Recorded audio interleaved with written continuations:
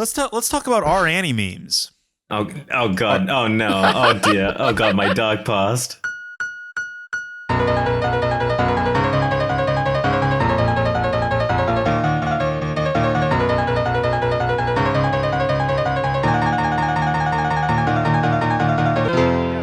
Outside, like I'll listen to music or something on my phone, or Mm, like especially if I listen to videos, because then like my phone is on, right. like the screen is on. But like Yeah, even I when I'm had watching like that. videos or music and stuff. I had that when I was in Japan because I was not used to the constant like summer heat, because at least here in Melbourne, whilst it can get like hotter in the total temperature, it's not consistent. And so yeah, I would just walk around and sometimes the phone would get really hot in my pocket.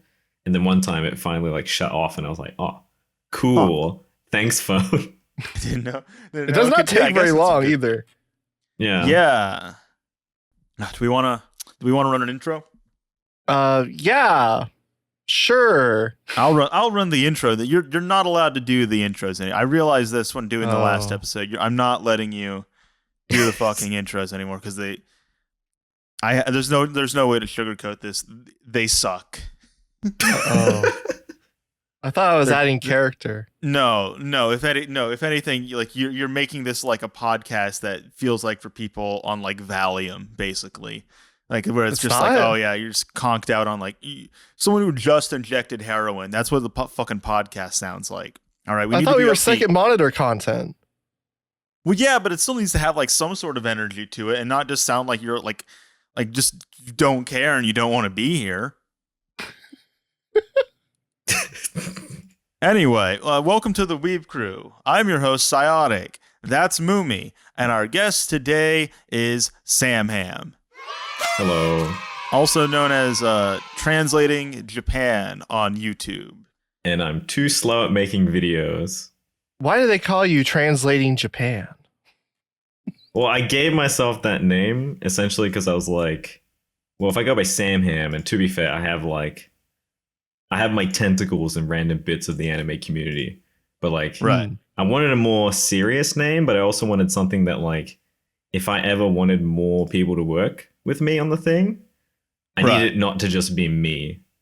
And so I literally kind of just stole the term from, there was like I think a Vice YouTube series where they called it like Decoding Japan or whatever. And they're like somewhat interesting, like documentaries on Japan.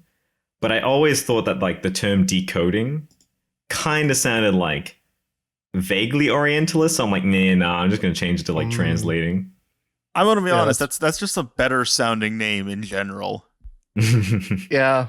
Decoding Japan makes it almost sound like, all right, this is indecipherable otherwise. Yeah, the moon runes that nobody understands, right? Whip out your decoder rings of everybody. You know, I guess it makes nobody truly understands the Japanese, you know? I guess on the other hand, though, it does make it kind of fucking hard to search because you type in Translating Japan and you just get like, here's how to translate Japanese. Oh, yeah. Could have been better on SEO side. But you said you were making another video. Would you like to tell the class what that video is about? Sure. So I've been researching the topic of moe for a while, mostly because like the topic of moe is something that is like not particularly presented very well in a lot of like Western spaces. And because of that, it like loses a lot of its sort of meaning when we start talking about it. I feel like a lot of the ways that a lot of people kind of represent moe in like kind of the worst kind of ways is that it simply means something that's cute or something that like essentially, especially seen as something that is like a very male oriented thing to sort of at girls. From the male lens, yeah. Yeah. And so essentially the start of this sort of like video for me to like start researching it really came from like my experience talking to like a lot of the like exchange students when I was in Japan, right? Because their sort of understanding of anime and manga was really clouded by sort of, I guess what you call like very normie fans of anime, right? And so there's still kind of just this perception that it's like quote unquote moe media is just like cute girls doing cute things, right? That kind of saying. Right. Yeah. So The Moe genre. yeah. And so I went to look into it more, and it's kind of funny, but I try to restrict myself mostly to using works by Patrick Galbraith. Right, yeah. Both because I like him as an author, but also because like the scope of this kind of topic goes very wide, very quickly. Yeah. We've considered it'd be cool to have him on the podcast at some point, but there's a logistical problem with that because Patrick Galbraith, I presume, is a very busy man, and he lives in Tokyo. And for context, right now, Sam, what time is it where you're at in Melbourne? So right now it's 2:40 p.m. All right, it's 11:41 at night for me right now. So Yeah. Same. there's a time zone issue there in terms of getting anyone from Japan on the podcast where it's like, all right, what times work for you? Great. That's like 3 a.m. for me. Yeah, they're like I think it's like 14 to 15 hours ahead in Tokyo from like our central time zone. Just depending on what time of year and fucking what daylight savings or whatever. Yeah, fucking daylight savings, yeah. So it's not terrible because like you could hypothetically get something going like in the evening, like late evening for us would be like noon or like early afternoon, late morning would be like their nighttime. It's just like logistically that would be hard to pull off.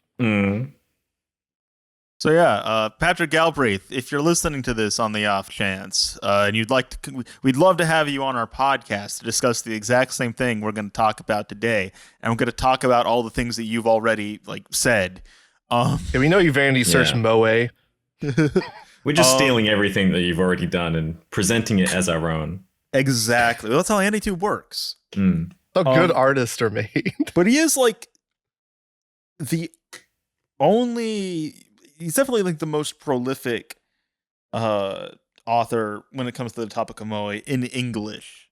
Yeah, definitely. Yeah, there are ones in Japanese, right?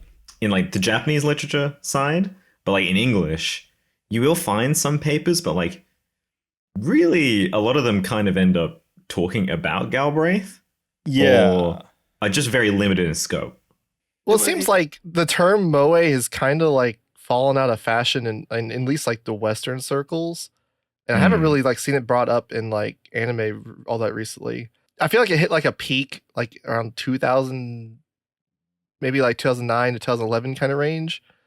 And then like I've heard like a little bit of it after like 2013, 2016. And then like from there, like I haven't really heard it brought up as much. Well, especially since like when like anime took off during like the pandemic shutdowns in like 2020, I feel like because of all the new people who have started watching anime, it's almost like it's just completely fallen off almost. Like no one really talks about moe anymore. You know, the term moe blob may be completely unfamiliar to some people listening to this.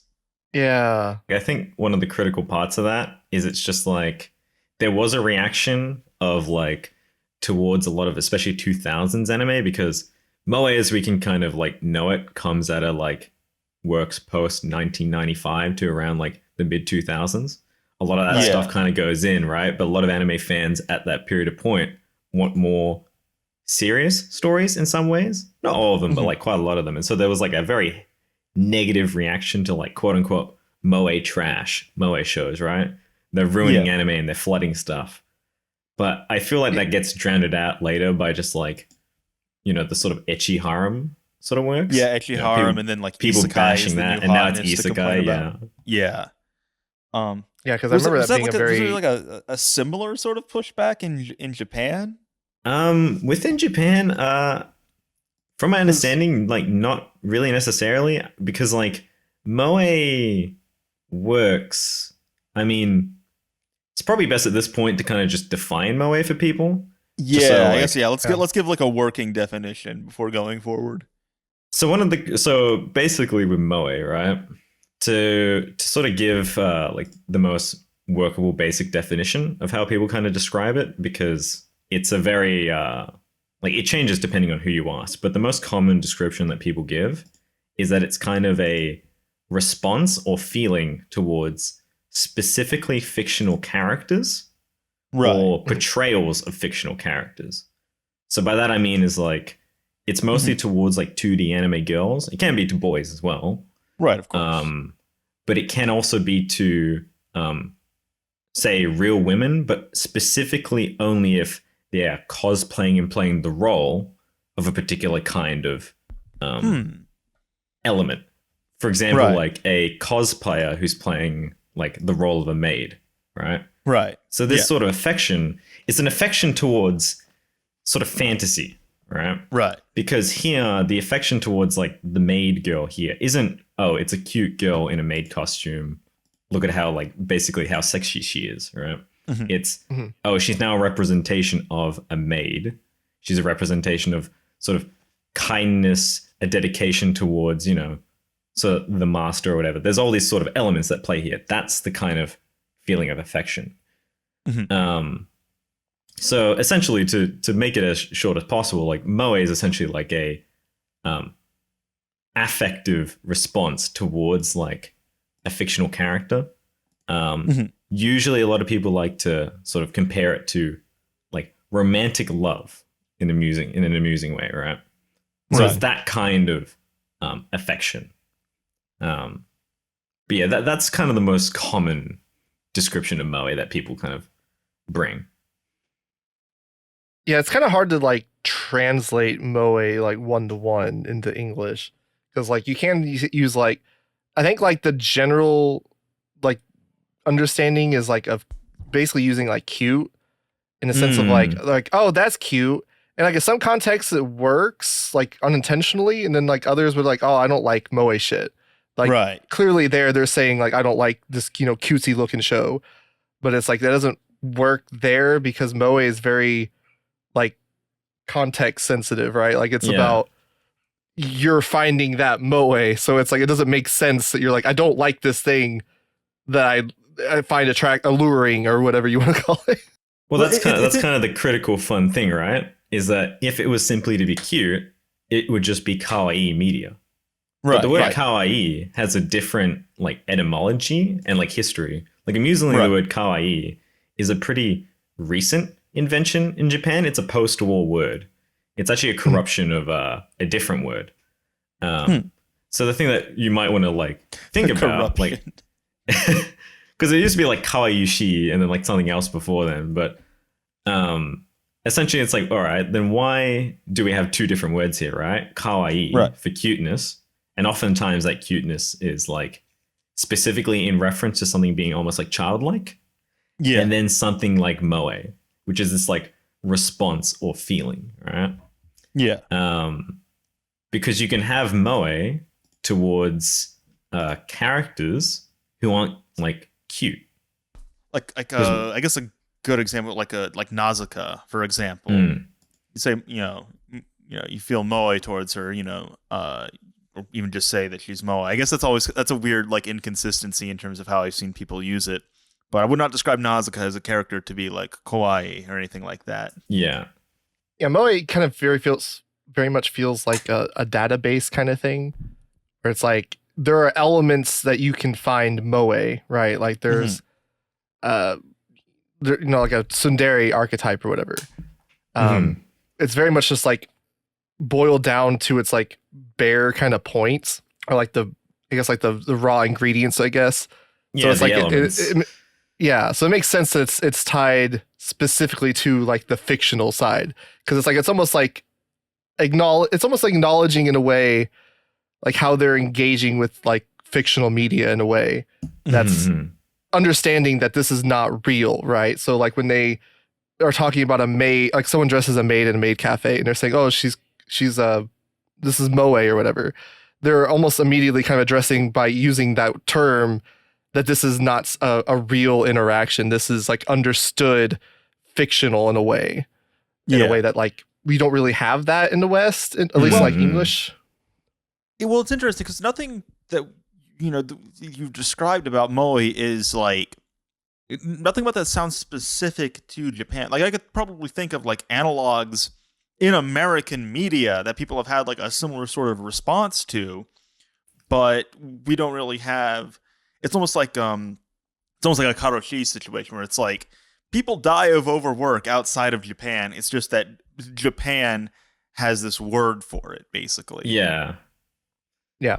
I would say like probably the like closest thing you might sort of be able to find is amusingly, and I feel like a lot of anime fans might cringe at the thought of this, but if you look at a lot of like especially like what's it called, like young adult novels and the reactions to kind of how like a lot of the female fans like view those works, right? I feel like you could easily make sort of a comparison between a person who's like, this character's my wife. I like this character. I have feelings for this sort of particular character, the elements, right? Towards like someone who's like really into, say, like Twilight, and they kind of, in their sense, stand a particular, character from that sort of series, right? It's that same sort of like affection, but it's an affection towards specifically a fictional character, and the fact they're sort of, fictional, right? They're a vampire or a werewolf or whatever the hell like Twilight's actually about. Well, you said people you thought like, oh, anime fans might cringe at this. I thought you were going to bring up like furries, because I feel like that's a very interesting example in terms of that, especially with like especially early on, how intermingled the like furry fandom and like anime fandom were in like the like 70s and 80s, with people like Fred Patton and stuff like that. Because it is a similar thing. Yeah, it's just not like there's not a real word for it in English that has a similar kind of meaning. There's like some analogs, but it's almost like, it's ironic your name is Translating Japan on YouTube, and we're talking about something that can't really be translated all that easily. Yeah, because you use like affection, and that sounds kind of like almost romantic, or you use alluring or something, and that kind of feels better as far as like not having that kind of romantic like underlying feel to it. Yeah. But it's still like not necessarily the same.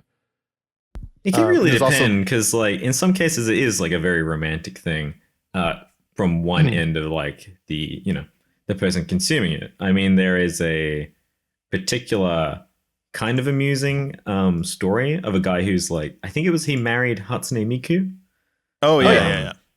And they make a whole sort of spectacle about it, and it's a very common thing for otaku to do this as like a play. In fact, I did this when I was in Japan with like a shit-eating grin. I'd get out a picture of a character I liked, and I was like, this is my wife, ore no yome, and seeing the shocked, scared reactions. That's a pretty common thing. Did you get anyone who was kind of like, oh, dude, based? Amusingly, the ones who found it like the most positive reactions I got were typically from girls who were like, oh, she's so cute.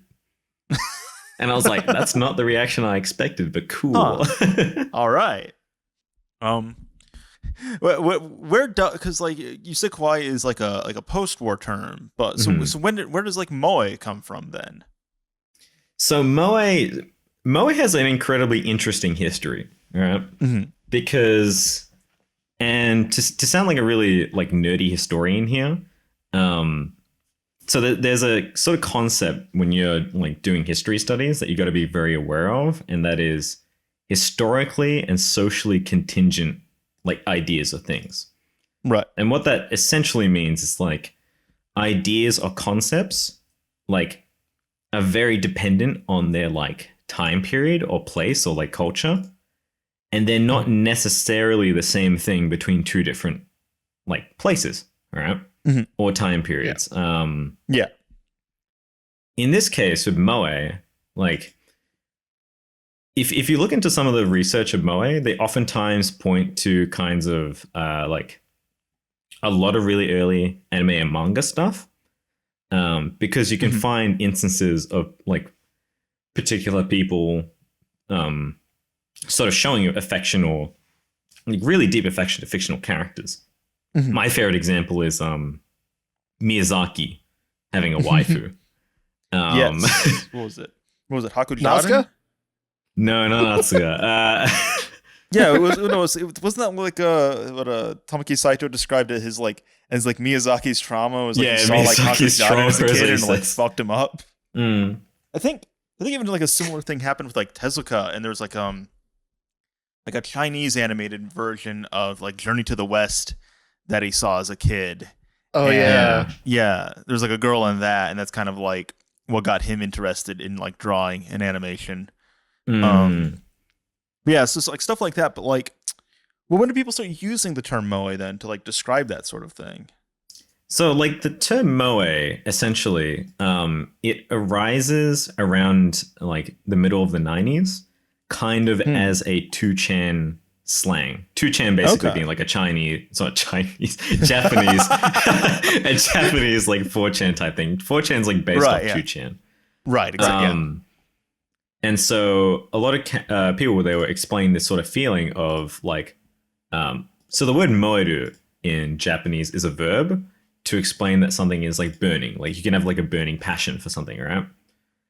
But as people were just kind of spamming stuff out, like this is kind of like, so the origin of this is debated, but this is the like sort of general consensus view is that as people were sort of saying this word, trying to write moeru for like a burning passion, they would like the computer would input the term that also is moeu, which is like to bud or to sprout, which is a different like kanji. All right. And eventually people just start spamming that enough, all right? Because they don't care that just sort of becomes its own like word. And people just, using that word a shit ton. It was just completely co-opted by like basically shit posting essentially. Yeah, essentially. And it comes out from that sort of era where eventually that just kind of becomes a slang. And it really hits its stride when a particular phone novel called Densha Otoko, or like Train Man, comes out, which is a kind of forgotten, but it was an incredibly landmark, important like fictional work in Japanese media at the point. Right. Like it was a huge drama about like this Mumi and I we've seen the J drama TV adaptation, but because didn't the story start as like a wasn't it like a thread on 2chan or something? Yeah, it's like a phone. I don't know exactly the specifics of Densha Otoko, but from my memory, it's like a phone novel. But I think it did start as like a 2chan thread type story. And it has various adaptations, but like that one in particular had like the main guy in otaku's just like screaming out moe, right? Whenever they saw like a cute girl. Amusingly, because of that, the term moe started to die within Japanese otaku circles. Right. Because they were like, it's cringe, it's co-opted. Like it's become gentrified. I've seen people like compare Densha Otoko, the TV show, as like basically like Japanese Big Bang Theory in that regard. I've seen it. It's a nice show. I wouldn't say it's quite that bad, but I could definitely see where that comparison comes from. But yes, because like I remember reading, like I forget who it was in like the Moe Manifesto, but like like the term like falls off a bit toward after the Densha Otoko TV show. People are like, no, he's not going to use this word anymore. So it's interesting that it's almost like when that term was like falling off in Japan is then when people in America and English speaking spaces started taking notice of it and then complaining about 100%. I think it's more so that it comes off as like if you read, for example, the Moe Manifesto, a lot of people just start saying like, it's kind of cringe, just keep it to yourself. But they still have like a very strong affection towards it. It's very amusing. Right.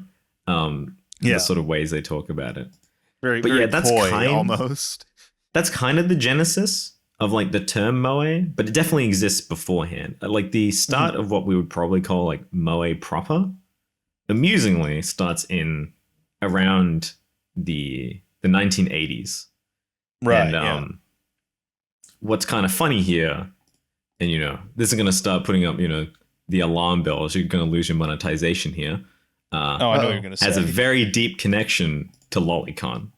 Right. Yeah. Well, it coincides about with like the lolicon movement, like the late 70s, early 80s. Yeah. So it one of the things that they sort of point to, and this is a very critical thing to point here, right, is that lolicon at this point means something very different to what we might call lolicon today. Yes. Lolicon today we usually associate with particularly like childlike characters, right? And the affection for childlike characters. Back then, lolicon is more so a attraction specifically towards usually young, but very specifically very what's the word?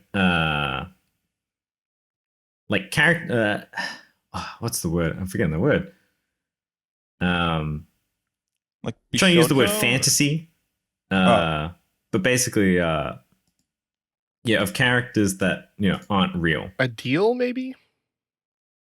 It's a very common word I was using much beforehand, and now I, have a brain fart and I can't use my brain. The imaginary. There we go.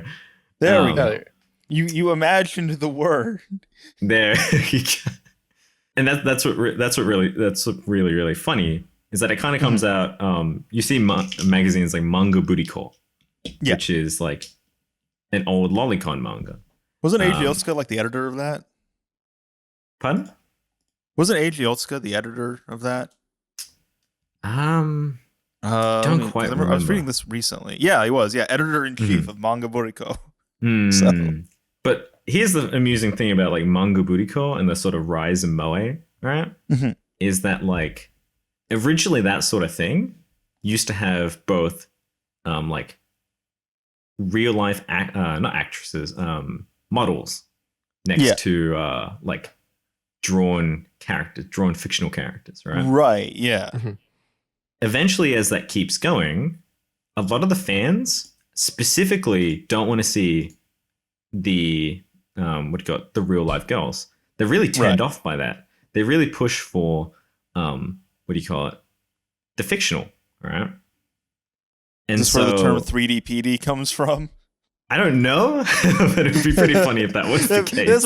Maybe that's the start of the sentiment, at least. But what's really funny here is that like they really pushed, like the readers really pushed for fictional characters to be represented majority case. And what's also kind of funny about that too, right, is that with Manga Buriko, they really emphasized those aspects like cat ears, maid outfits. It was definitely an emphasis on like the fictional, right? Right, yeah. Things that, I mean, I guess maid outfits are real, but you're not associating them with like actual like French maids or anything like that. And obviously, obviously, the sentiment of like girls once you have a sibling, it's no longer Moe. It's because that whole thing.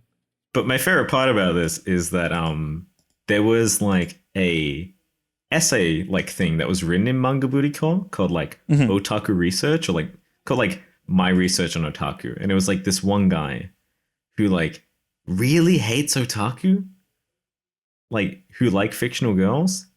And what you find is that instead of these fans, right?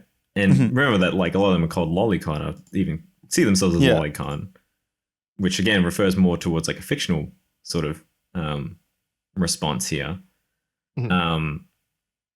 They're not being called out for being like predators or pedos or whatever. Yeah. They're constantly being criticized basically as they're like, you're not masculine, you're gay. Why do you like fictional women? I've seen like excerpts from that article, or like, because I think it's like from one of Galbraith's books. And the word he uses is specifically okama, which translates to a word I can't say on this podcast. I use it liberally in my day-to-day life, but I can't say it on this podcast. But let's just say it's a slur for like gay people that starts with an F. It's like a musical instrument that you'd be watching in Hubike Euphony. What is the British slang for a cigarette? Which is it's an interesting critique. It's almost like something I feel like is even echoed into today with like what is it, like Herbivore Men or something along those lines? Oh yeah, Herbivore Men. I would say it's very much a very closely related phenomena, right? Yeah. Well, wait. When did this essay come out? Would this have been before Satomu Miyazaki was arrested? Before, yes. So before Satomu Miyazaki and like the Miyazaki murders, right? Especially like the word lolicon, because Moe is not really a thing yet. Right. That comes in about like the 90s. Again, a lot of that stuff is like towards the fictional rather than like an element of like fear of like predators, right? Like child predators or whatever. Like, and so the problem they call is like literally the reality problem, right? Of men who are now foregoing or assumed to be foregoing, right? Physical relationships with real women and choosing fictional women. And apparently that makes them less masculine. That makes them F slurs. Yes. And it's really interesting because that's not really the debates you find today. No, not really. No, even on the Japanese side, is that even much of a thing? It's very clearly understood as the fictional. Well, you say that there's tangentially similar debates that are happening today, where you have like, you know, people talking about like, oh, problematic media as far as like normalizing potentially problematic relationships or something, like when they're talking about like an age difference in shoujo anime or something, where they talk about like not being able to not engaging with it as if it's just like fictional, right? As if like you can't necessarily have a space to kind of indulge or like explore these sorts of things, like even though like a fictional space would be the healthiest, kind of safest space to explore something like that. See, I was thinking almost along the lines of like this tweet where it's like what genre would you call this? And it's like Nagatoro, Uzaki-chan, Takagi, Komi, and someone with a Goku profile, Goku fan 2470, just responds with bait for lonely dudes who get no bitches and stack no paper. So I think that there is like a similar sort of like view of people who like these kinds of anime, but it's not the one that people talk about the most. It is very funny though, just because like there is just this like the criticism is just deeply misogynistic. It is. Well, it also has like toxic masculine vibes to it. Yeah. It's like, well, sorry for not sleeping with like a dozen women a week, Andrew Tate. You know. Sorry for spending my money on anime figures instead of like, I don't know, hookers. I watched a funny cartoon with a cute girl, and I'm not, slaying bitches. I'm a failure of a man. When you said both movie, I was just thinking of from Paranoia Agent, like the otaku character who's just like came up too. I was thinking like, yeah, you just start having hookers dress up like anime. He's like fucking a prostitute in like a random scene. He's like fucking a prostitute, but he's like surrounded by his anime figures, and he's just like looking at them. So he's like treating this prostitute as more or less like a fucking like Onahol, essentially. I'm like, wow. And like he's over, he's just like ignores her. He's like, "Oh, you did so good." Yeah, he's like talking to his figures. That's a weird character. Have you seen Paranoia Agent, Sam? I saw it like ages ago. Yeah, forever. There's like a weird thing going on with that character where he's like also like has prescient powers or something. I don't know what the fuck Cone was cooking on that shit. But it is an interesting sort of it reminds me of like another thing that comes up in like the Moe Manifesto is like, I don't necessarily disagree with that tweet, but I disagree with the sentiment that it's like a negative thing, because I think it's like there's the leftist version of this, and by that I mean there's a lot more text where it's like there's an excerpt from the interview with like Toro Honda, where he's basically talking about like love capitalism and Moe is like a sort of response to that, where it's like your viability as a partner in like a capitalist society is at least in part tied to how much money you make. So, these guys who, they're not making a lot of money, they don't have enough money to go out and necessarily meet someone. And instead of like, investing all that time and energy into doing that, you can instead just have like a fictional girlfriend and there's not really a lot of money invested in that, except when you fucking buying anime figures and it burns a hole in your wallet.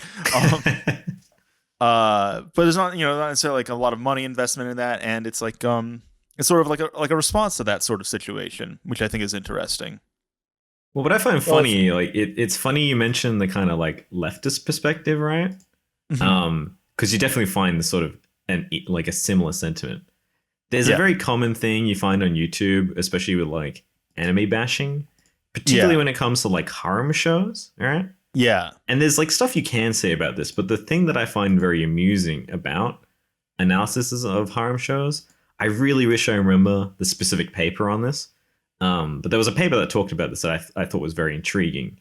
And essentially, the sort of point that they were trying to make in it was that one of the aspects of these harem shows is that the males in particular, they're not the stereotypical masculinely like performing male, right? Mm-hmm.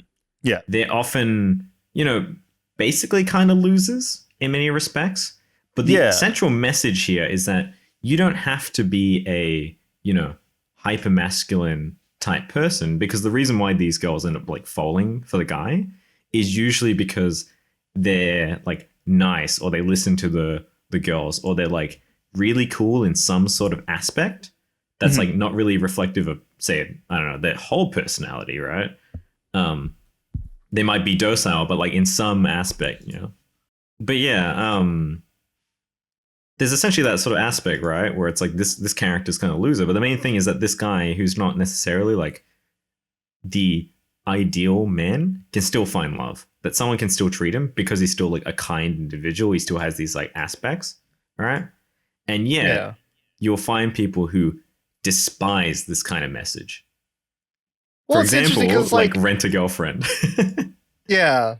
Well, it's weird because like they oftentimes in those shows, like they often have like traits that are idealized, but it's like idealized in a way that's not cool, I guess. Like they're super nice, and like they'll bend over backwards, and like fucking 100 Girlfriends was like a good example of this, like here recently, like taking it to a funny extreme, where like he's able to like 100 Girlfriends, or even like Monogatari. Yeah, where like they're just going way over the top with it, and it's like this is something that would be like insane like in real life, but like when you're watching it in media, it just becomes like he's such a simp, Yeah. So it's just like they just totally write it off, where it's just like, oh, this is just like nice guy like bullshit, Well, what's particularly funny, right, is that like, because a lot of the arguments is like, oh, this is just like media for like people who want like a power fantasy or whatever.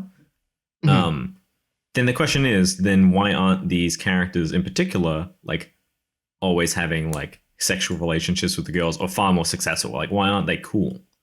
Because the thing that is funny to contrast is if you look at like doujinshi, particularly like erotic doujinshi of these works, the characters will do a 180 so commonly in these kinds of like harem type manga works, where they do become this hyper masculine, asshole-ish like womanizer.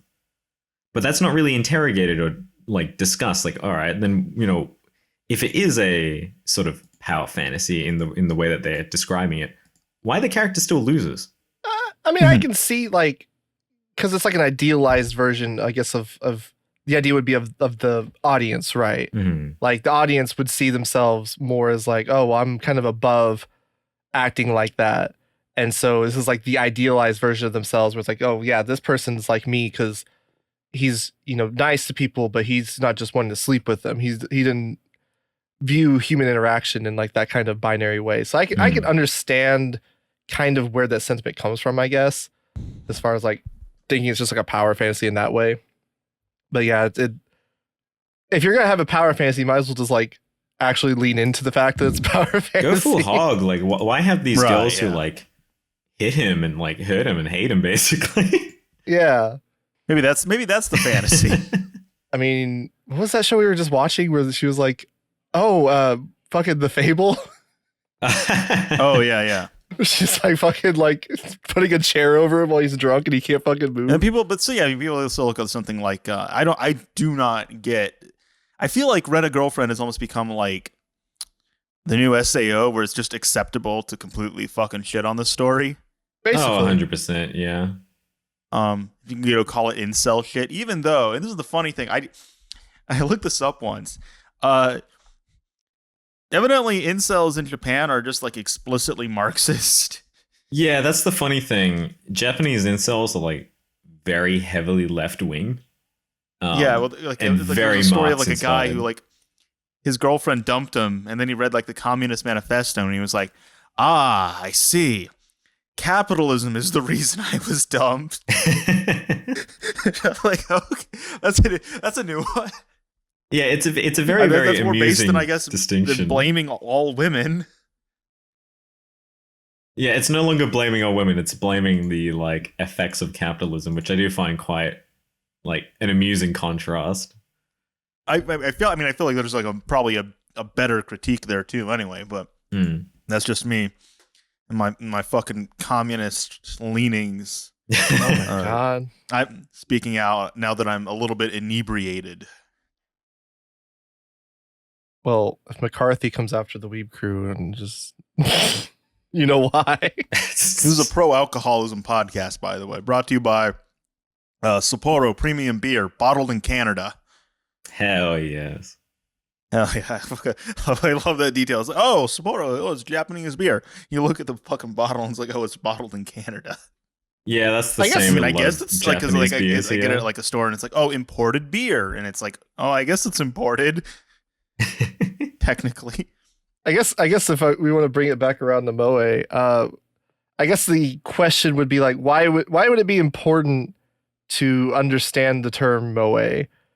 And like, how does that really affect, like, as a Western viewer specifically, like, how would that really impact your enjoyment of something? Or like, why is it important to even understand the term? Mm-hmm.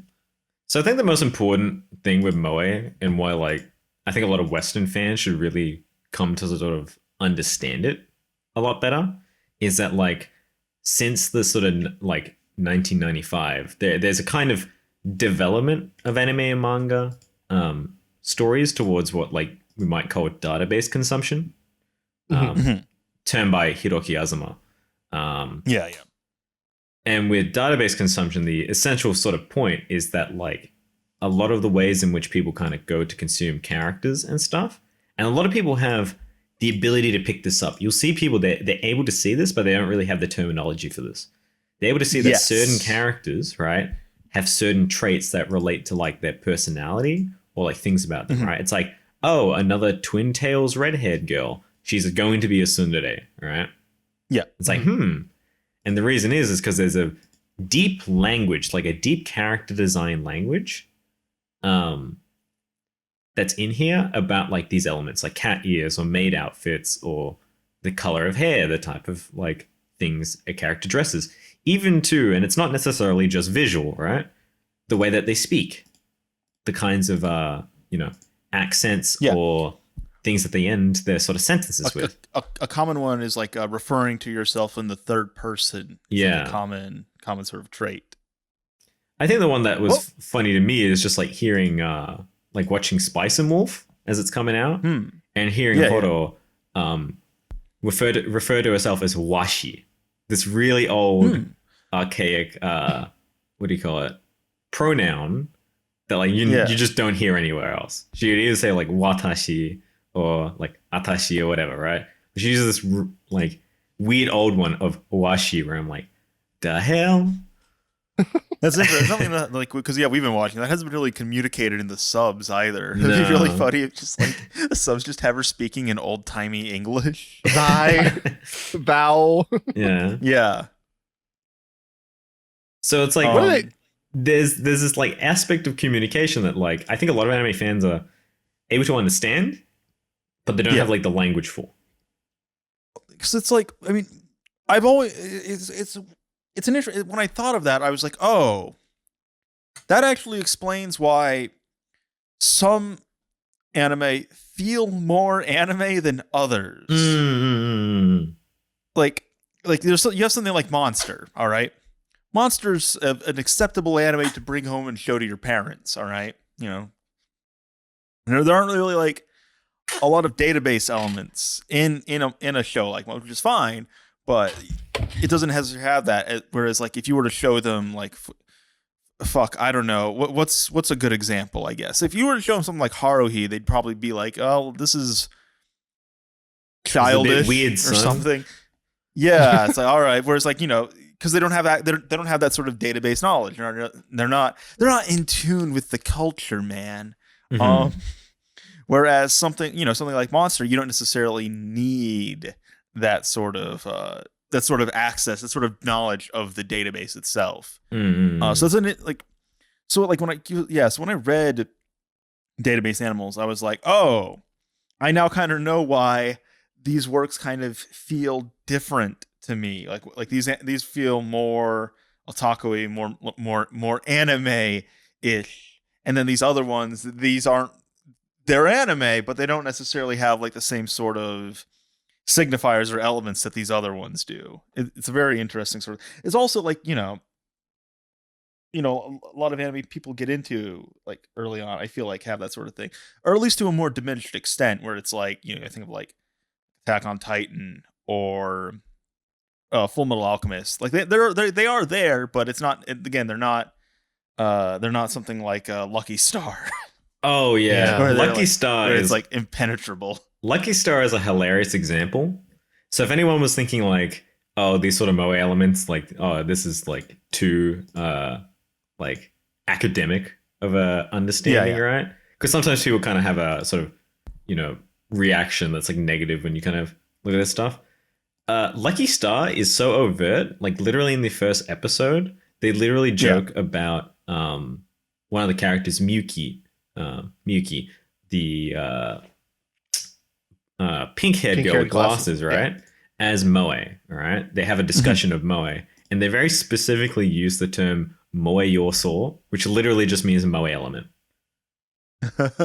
Right? They're so in your face that this is a particular kind of like database type of work.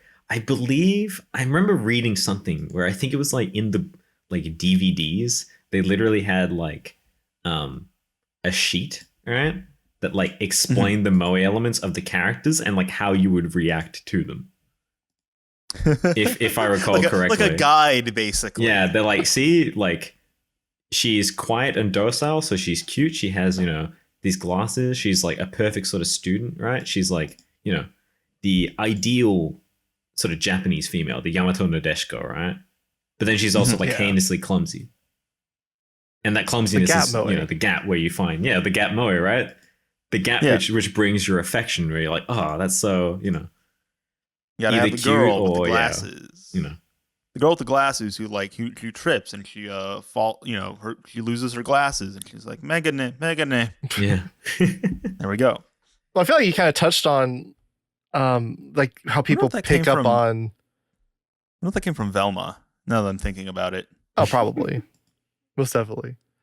You kind of touched on how people like kind of pick up on it, and they're like, "Oh, this is like something that happened. Like I saw in another anime, and they're just doing that again." Mm-hmm. Yeah, and I feel like people, when they don't really approach media in like that kind of database kind of sense, they just look at it very cynically, and they're like, "Oh, they're just rehashing this shit again." Yeah, and so that's the approach people had to like Ray clones in like the 2000s a lot of the time, where it's like, oh, this character's just Ray again. Yeah. That was my exact kind of thoughts towards that kind of media until I read that book. Like literally, I was like, this feels like the term that some people use is like very incestuous, right? Yeah, there's that one quote from Miyazaki. It's like, fake quote, from my understanding of like, anime fans are like autistic and they need to talk to real people and get like things outside of anime or whatever. All right. I think that's an Ono quote, actually. I mean, he didn't. I don't know if he actually used the word autistic. Mm-hmm. That might have been the translation. I'm not sure. Yeah. Well, people just like English throw a lot of quotes and like embellish them a lot. Yeah. I think Tomino also said like autistic or something, and it's like I don't think that they're using. As in, like, they're like, oh, yeah, they're on the autism spectrum. I think you may have, like, they're using a different word with a bit of a different connotation. And that's just, like, again, kind of like the closest analog we have in English. You are doing really bad like job, honestly, at translating Japan. If I'm going to be, But yeah, I sort of thought, I was like, oh, is it just that like these people are kind of lazy? And then I was like, oh no. And then like it gave me a much, much greater appreciation to the point that now I'm just like I'm a fiend for these kinds of things. I'm like, the exact same thing I've seen 50, 100 times before. Hell yeah. Let's go. It's like, there we go. I see you. I see you. Well, it's interesting because like deconstruction has like become kind of like a buzzword in the community, like anime community, right? But it's like it does when they do that and you kind of consume things that way, it does kind of invite that kind of a analysis where you're like, huh, how are they doing this one differently than the last one? And what does that kind of say about this character, right? Right. Oh, it's all a dialogue with itself, right? Like these elements change quite heavily. And it's really funny because like before the element like because like a lot of that stuff, right? Like you brought up Ray clones, right? One big thing is like you know, the tsundere and how that kind of develops, especially like post Evangelion, because there's this really funny joke in Isekai Ojisan, right, where one of the characters there is like a tsundere, but he's like an old school otaku, right? He knows Evangelion, and so she'd be in a tsundere, and he's just like, she's just a bitch. Why is she just so mean to me? Like he doesn't understand the like cultural language that's being put here, right? Right. Yeah. And that's kind of the thing that like, you know, as an anime fan now, you immediately you're like, yeah, I know exactly what's happening here. She's just like being a tsundere. But in the West, we absolutely do. I think we do have a kind of database consumption with music because you know, there's like entire like what is it, like the metal encyclopedia or something like that, like all these different like sorts of like genres. Like metal is like a very like database driven genre. You could also say the same of like hip hop or jazz. Basically any genre where people say like, it all sounds the same, and it's like, well, if you're like unfamiliar with it, then to someone on the outside, all rap music is all going to sound the same. Country music, it's all going to sound the same. Someone on the outside of anime, it's all going to fucking look the same. But you know, once you're in there, once you're listening to the music, once you're watching anime, you're able to pick up more on like the subtle nuances and what different artists are doing differently with similar sorts of ideas. That's like, so it's like we do have analogs like that, I think, in Western media. And I think people do seem to think about things in that sort of way. It's just not really something that people are as cognizant of when it comes to like anime and manga, which is then why you get like all these like, it's just derivatives. I think it also maybe stems from like people viewing the way anime is made as being like similar to like how Hollywood makes movies, essentially, where like they're not necessarily like, because a lot of anime is like, especially like nowadays too, when you have like this big boom in isekai, a lot of stuff is very grassroots. A lot of it is driven by, you know, you have your story, you make your manga, you make your light novel, whatever the fuck, and it gets really popular, and then you're given an anime adaptation as a result. As opposed to something, you know, Hollywood is a little bit more like top down kind of thing, where it's like, you know, you have these creators like up at the top, and they're like putting together like a movie idea, and they're like, well, we need to have this element, this element, this element. I'm just describing how a fucking like Adam Sandler movie is made. Like we have this element, this element, and this element. We need to put all of them in here in order to make like a proper movie that will put these many people in seats over the summer, and that's how we make our money back.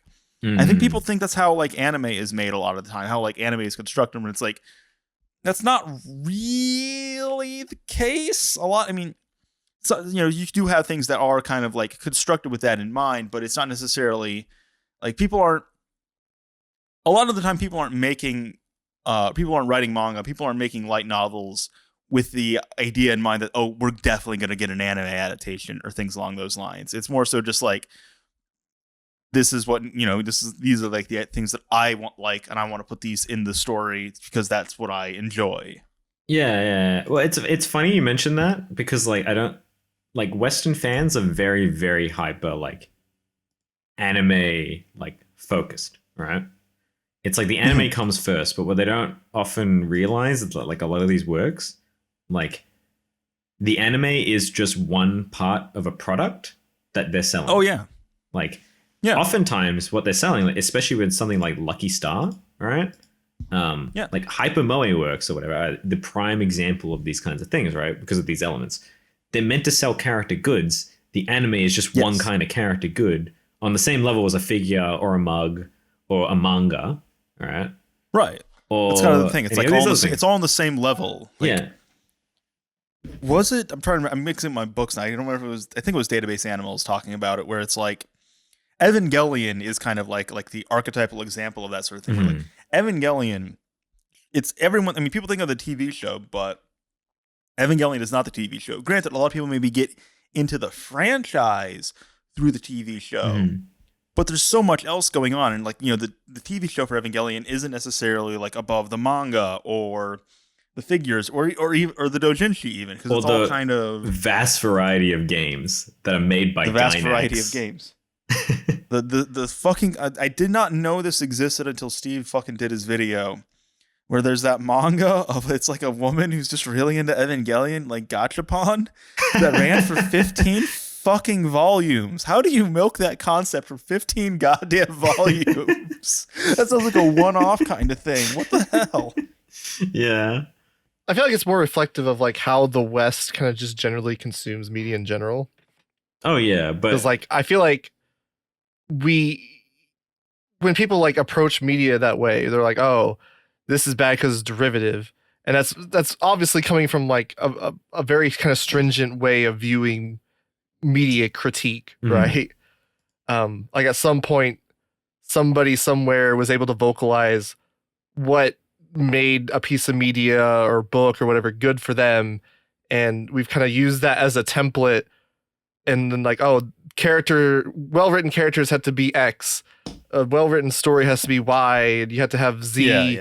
And it's just, there's this weird kind of stringent way of like viewing media in that way. Well, there's definitely like an overemphasis on like plot, right? And it's just like, what if all I'm like consuming this for is just because I want like a girl with cat ears? Yeah, you're gonna say I'm wrong.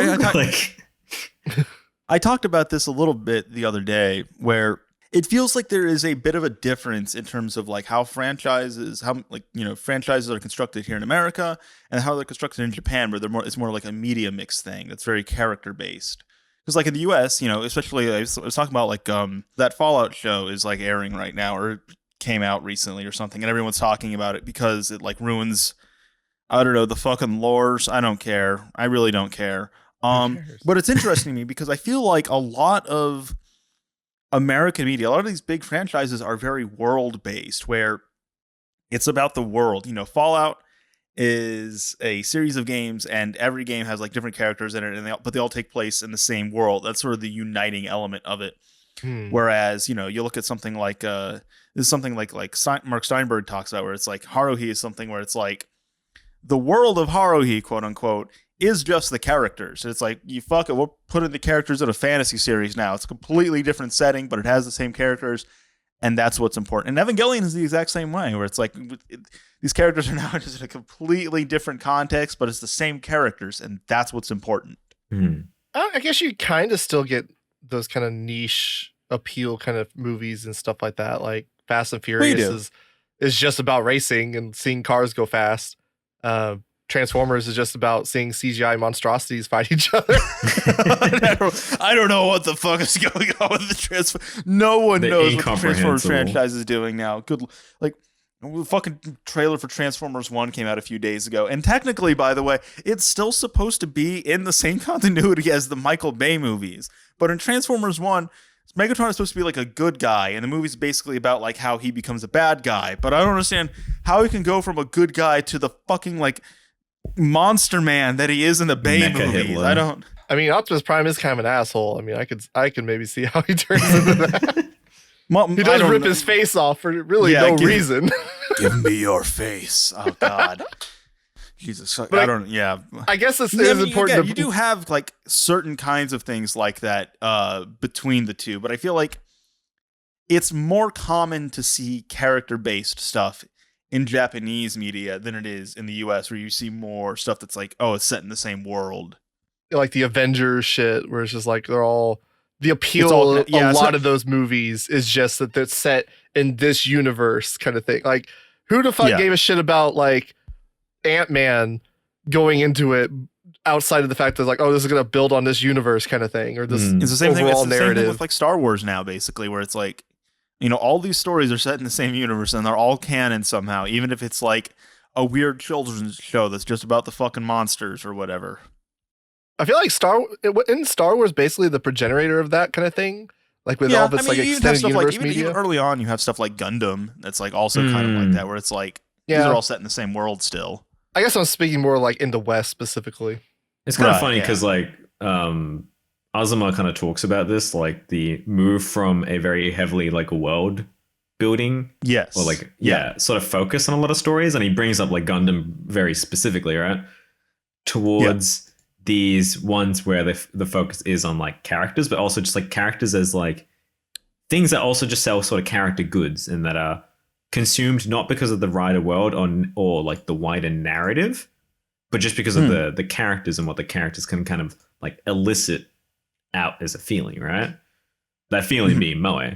It's interesting too, because I feel like stuff like Gundam or even stuff like Fate, they have database elements unto themselves almost, where it's like you have, this is the Char character of this show, or this is the Char, or like this, like the Saberface stuff with Fate, basically, where it's like that's not that's like just a character design trait that is specific to this franchise. Oh, definitely, definitely. You don't see, that's such an interesting concept to me, where it's like it's not the same character. You can have a Fate series that doesn't have any of the same characters. It's not set in the same world. It just has characters that kind of look like other characters. It's very interesting to me. You, the King Arthur, who are you fucking me? Put it up on screen. There you go. Let me see. What other notes do we got? Mumi, you haven't been crossing off anything. No. Trying to figure out how the fuck to drag this back to Moe. We've got. See, the issue with Moe is that it's so all pervasive in like it is recent media that it's hard just not to talk about anime and manga in general. It kind of it bleeds into literally every. We could talk about Beautiful Fighting Girl if you want, really. 2D. Is Moe just 2D complex? Well, that's an interesting discussion because with the 2D complex more wider, like this is kind of the thing that you might find. There's kind of like a push and pull, a sort of debate that you might find within like Japanese spheres, like that talk about like Moe and stuff, is like how much of it is sexual. Because 2D complex is like inherently talking about something that's also kind of like libidinal. But a lot of writers, particularly like Hiroki Azuma, is like, oh, this isn't sexual at all. Like there's no sex in this. Which is kind of like, do you really think that's the case? Because then why is there all this like ero doujinshi? It's one of those things where it's like it's not either or. It's like shades of both almost, where it's like, yes, this can be sexual in some contexts and also not sexual in other contexts. Where you can just have an affection for this character that's almost like, I don't want to use the word platonic, but I get it's lacking that sort of like sexual. Well, because like that's what like the whole with like Anya or Kana from Dragon Maid, characters like that, where it's like, oh, these like daughter characters, like, oh, I want must protect. Yeah, I want them as my daughter. Dragon Loli, stuff like that. Yeah, that's still Moe, even if it's not necessarily 2D complex, which is then where you get like doujinshi of those characters, and me saying that, and then just ero doujinshi specifically. Made a video on doujins as well. Let me re-say that. But then it could also be sexual, where you get like ero doujinshi of these characters as well, and then me saying that put that image in some people's heads, and they just fucking shuddered at the concept of someone. There are some characters, though, it seems like people will not necessarily cross that line, or are less willing to. Where it's like Doremi is a key example. I don't think there's a lot of people making erotic stuff of Doremi characters. In the West, that might be true, but in Japan, that's a different story. Yeah, I guess. I don't know if you ever searched Doremi on DeviantArt. There's some inflation stuff. There's also just them as like muscle bound freaks, which is a whole other thing that I don't even know how to parse. But yeah, I guess that's like the important thing to distinguish is how Moe is not like, it's not a romantic thing. It's more of like it's like attraction, but it's like you're more like you're drawn to an element of something. So like you can find like a male, like if you're straight white male, you can even find another male character had to have Moe elements. Like I remember absolutely, the joke is to like say like, oh, Kaiji from Kaiji Ultimate Survivor, whatever, is Moe because he's like has a fucking ugly ass nose and he's crying or whatever. Yeah. So like it's not like it's interesting how it's so strongly associated with like cute girls doing cute things or whatever for people. Because I think it was Momoi Halko who talked about it in the Moe Manifesto, how it's like a concept that just transcends gender. And like looking at it from like a database perspective makes sense because it's like you can literally just take these database elements that you find Moe, like red twin tails, tsundere, and you can just put on a blank slate of a character and they can be male or female or whatever, they don't have to be anything. Well, the thing that's amusing there too is that there's like that aspect, right? But like oftentimes people completely forget that like this kind of language, that kind of stuff also exists super heavily in boys love media. They have their own whole sort of thing, and the whole thing in there is, of course, a affinity for the fictional because like these like gay men really are not gay men, like at all. They're these hyper fictionalized portrayals of themselves, right? Like, they have and they're understood as such. Yeah, they're like heavily understood as such. Yeah, people in Japan, predominantly women, are not reading BL and being like, yes. Predominantly straight women. Predominantly straight, which is another interesting thing. Where it's like, yes, this is what gay men are really like. Well, it's funny too because there is gay manga for gay men called Bara, and Bara is very, very different. Like it's because it's for a different audience, and it's funny kind of bringing that up because like manga, like the Bashoujo style, is kind of like it's come up from like shoujo manga, right? But before then, the common manga for men was Gekiga, which has a very different look, very more masculine, hyper masculine kind of stuff. Well, that was the whole thing. It's like the difference between manga and graphic novel and comics and graphic novels. It's like you had manga and then you had Gekiga, and you read Gekiga if you were cool. All right, manga, that's for kids. Comics, those are for kids. We read graphic novels because we're 14. We're cool. I guess that's the kind of thing that a lot of people in the West have a hard time like reconciling. Is like how much of these sort of presentations are performative, right? Like you talked about the BL fucking presentation of like gay couples.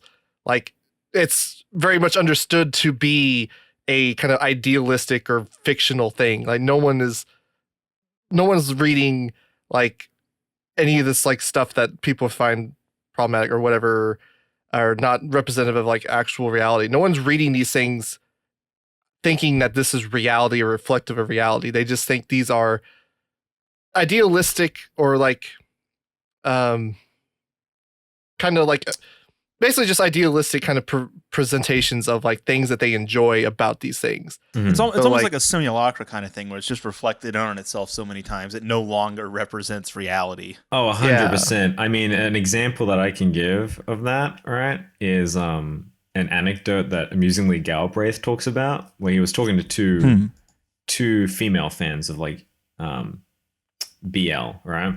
And he's just like, they could imagine anything as like a BL sort of thing, because the whole point is the sort of consumption of the imaginary of fictional elements, right? And so the example that he gives is that these two girls were like debating this, and they're like, well, think about a road. The road is like the bottom male, and the car can be like the top male, and like the road is out here every day with cars riding over him, like breaking him up, slowly dilapidating him. But he stays there working hard for these cars just to trample on him. And they were just like, just consuming this like sort of, element here of a road and a fucking car as, the BL boys. And You that know was that where they that could reminds get me. their That's almost identical to. Are you guys familiar with the story like Other Side Picnic? No, I'm not aware of that. It's like a Yuri work. And the mangaka did an interview that I'll link in like the notes and description and stuff. Called like Yuri Made Me Human, and at one point he's talking about this image, all right, and he's talking about this concept of Yuri of absence, basically, where he's like, all right, so we have these two girls, and they're sitting in this field on this like dilapidated machinery, all right. It's like, now what if we remove both the girls from the scenery? And the interviewer's like, uh-huh. And he's like, all right, now it's just a rusty, decaying vehicle on top of like some like wheel tracks. And the interviewer is like, right. Then you imagine that two girls were there, all right? There aren't any girls there, but you just imagine two girls were there. Isn't that already totally Yuri? And he's like, the interviewer's like, right? and the mangaka is like, so a grassland somehow becomes Yuri.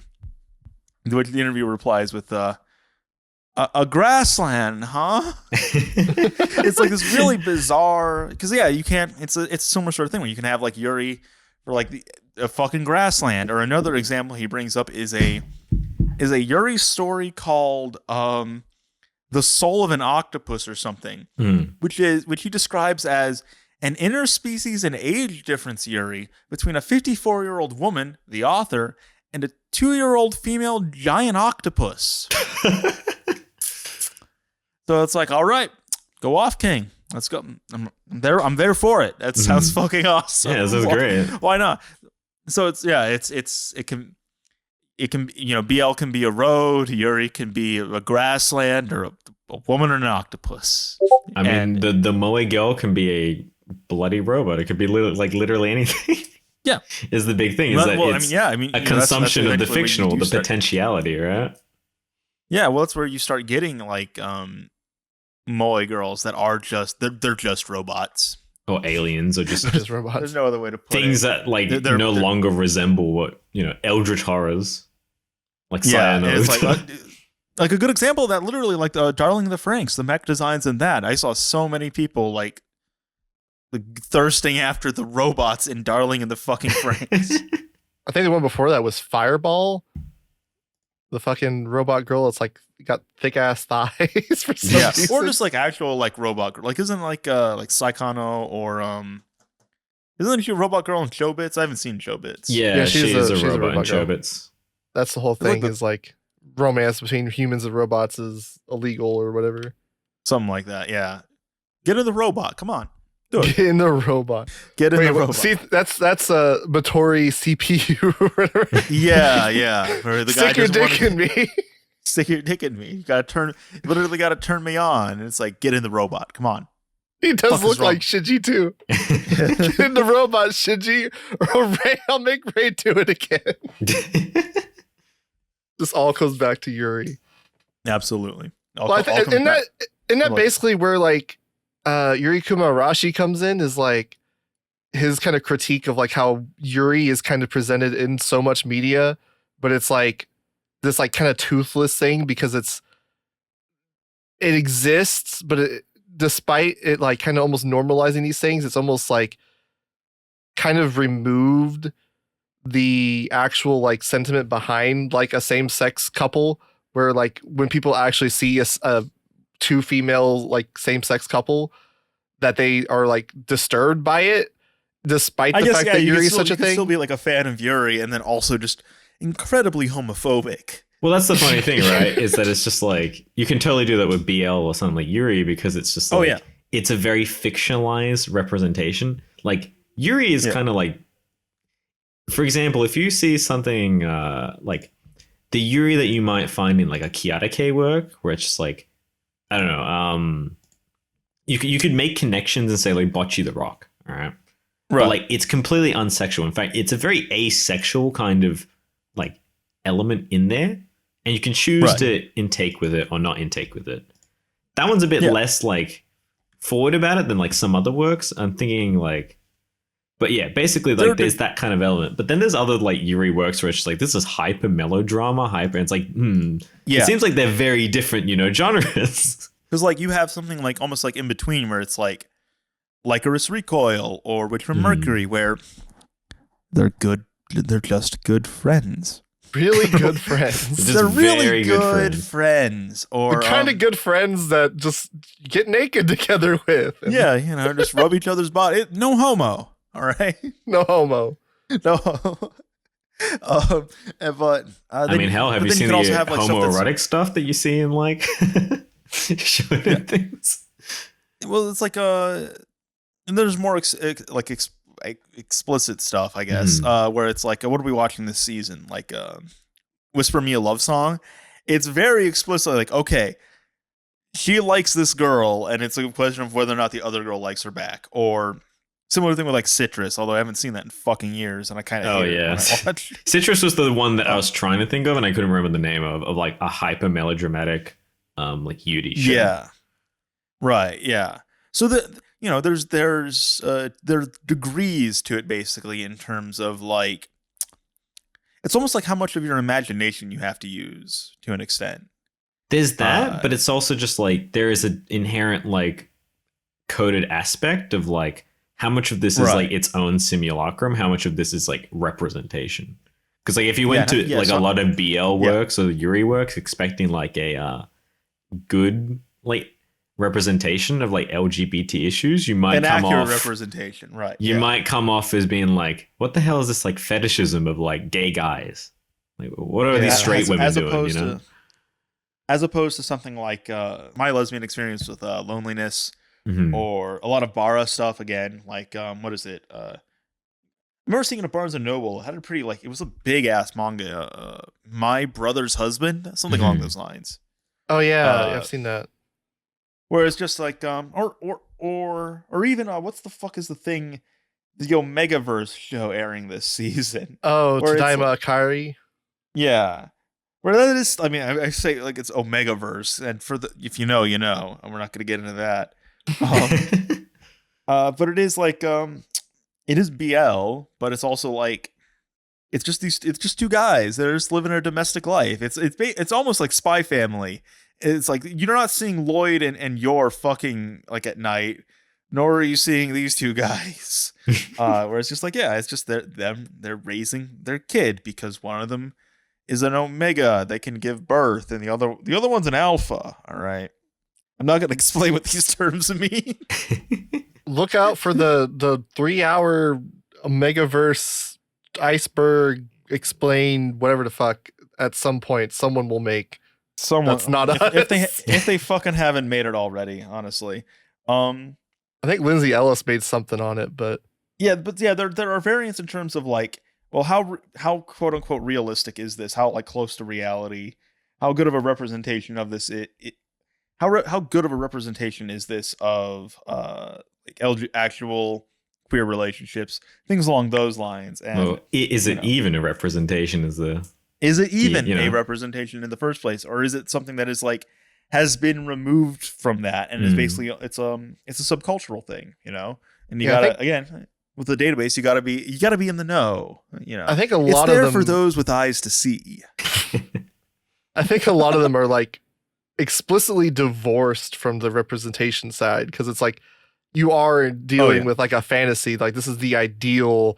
Like you don't want to get into like the messy kind of like actual intricate kind of ins and outs of a realistic relationship. That's not cool. That's not sexy.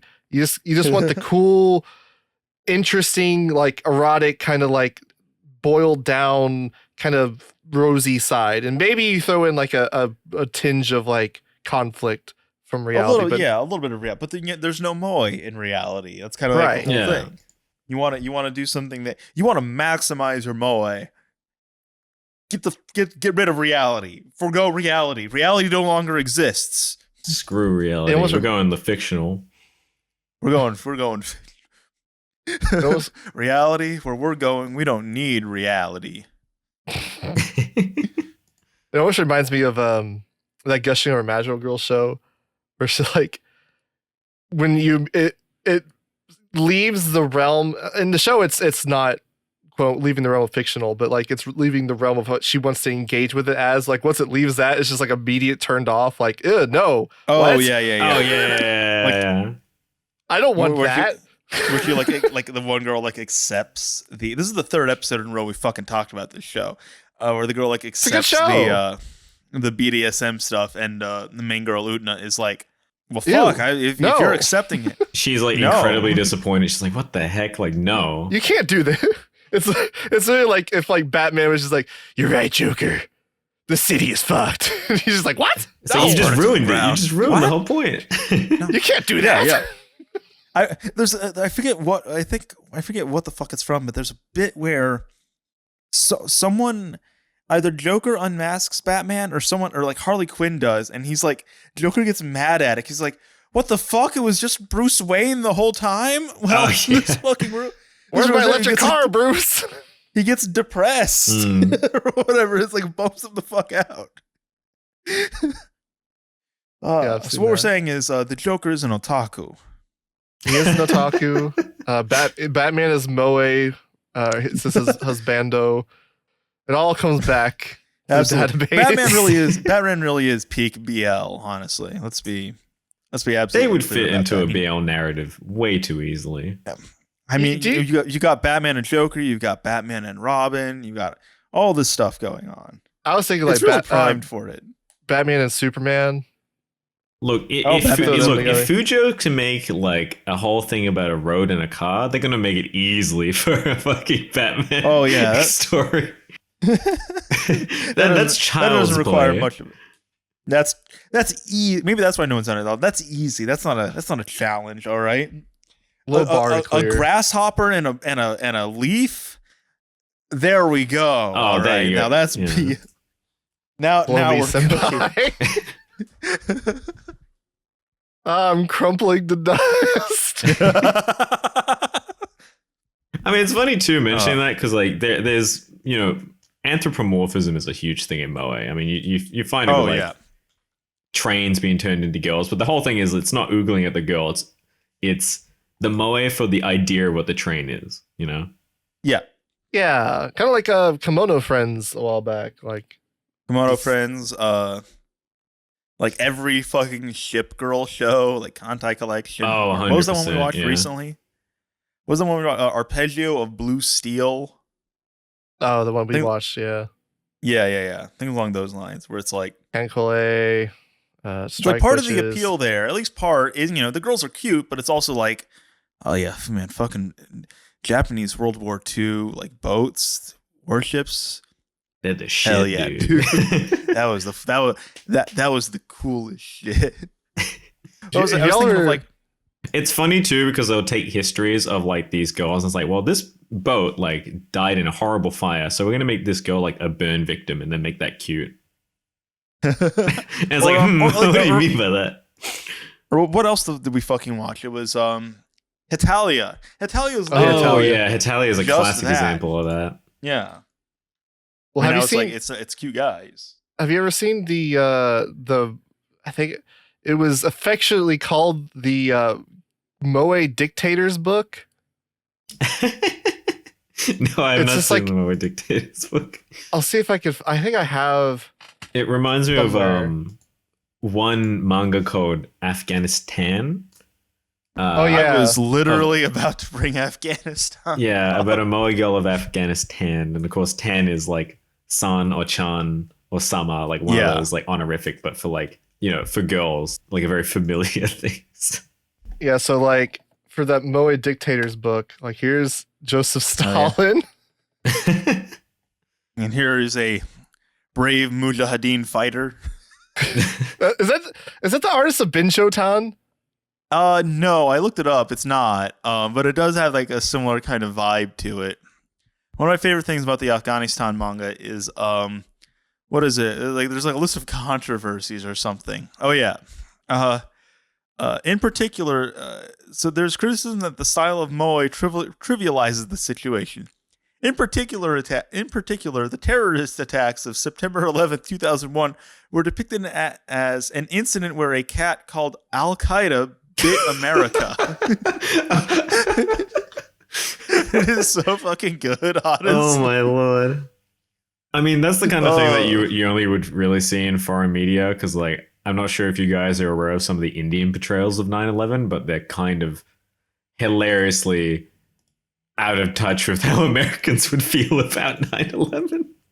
That's kind of, I mean, I guess that makes sense, because especially if you're like, you know, more divorced from the Western world, you're gonna see that and go, huh, that's a ridiculous situation, because they flew planes into towers. Yeah. Like, that's absurd. So absurd. The CIA didn't think that Al-Qaeda operatives getting airplane training meant anything, and just kind of let that shit slide while they were in America.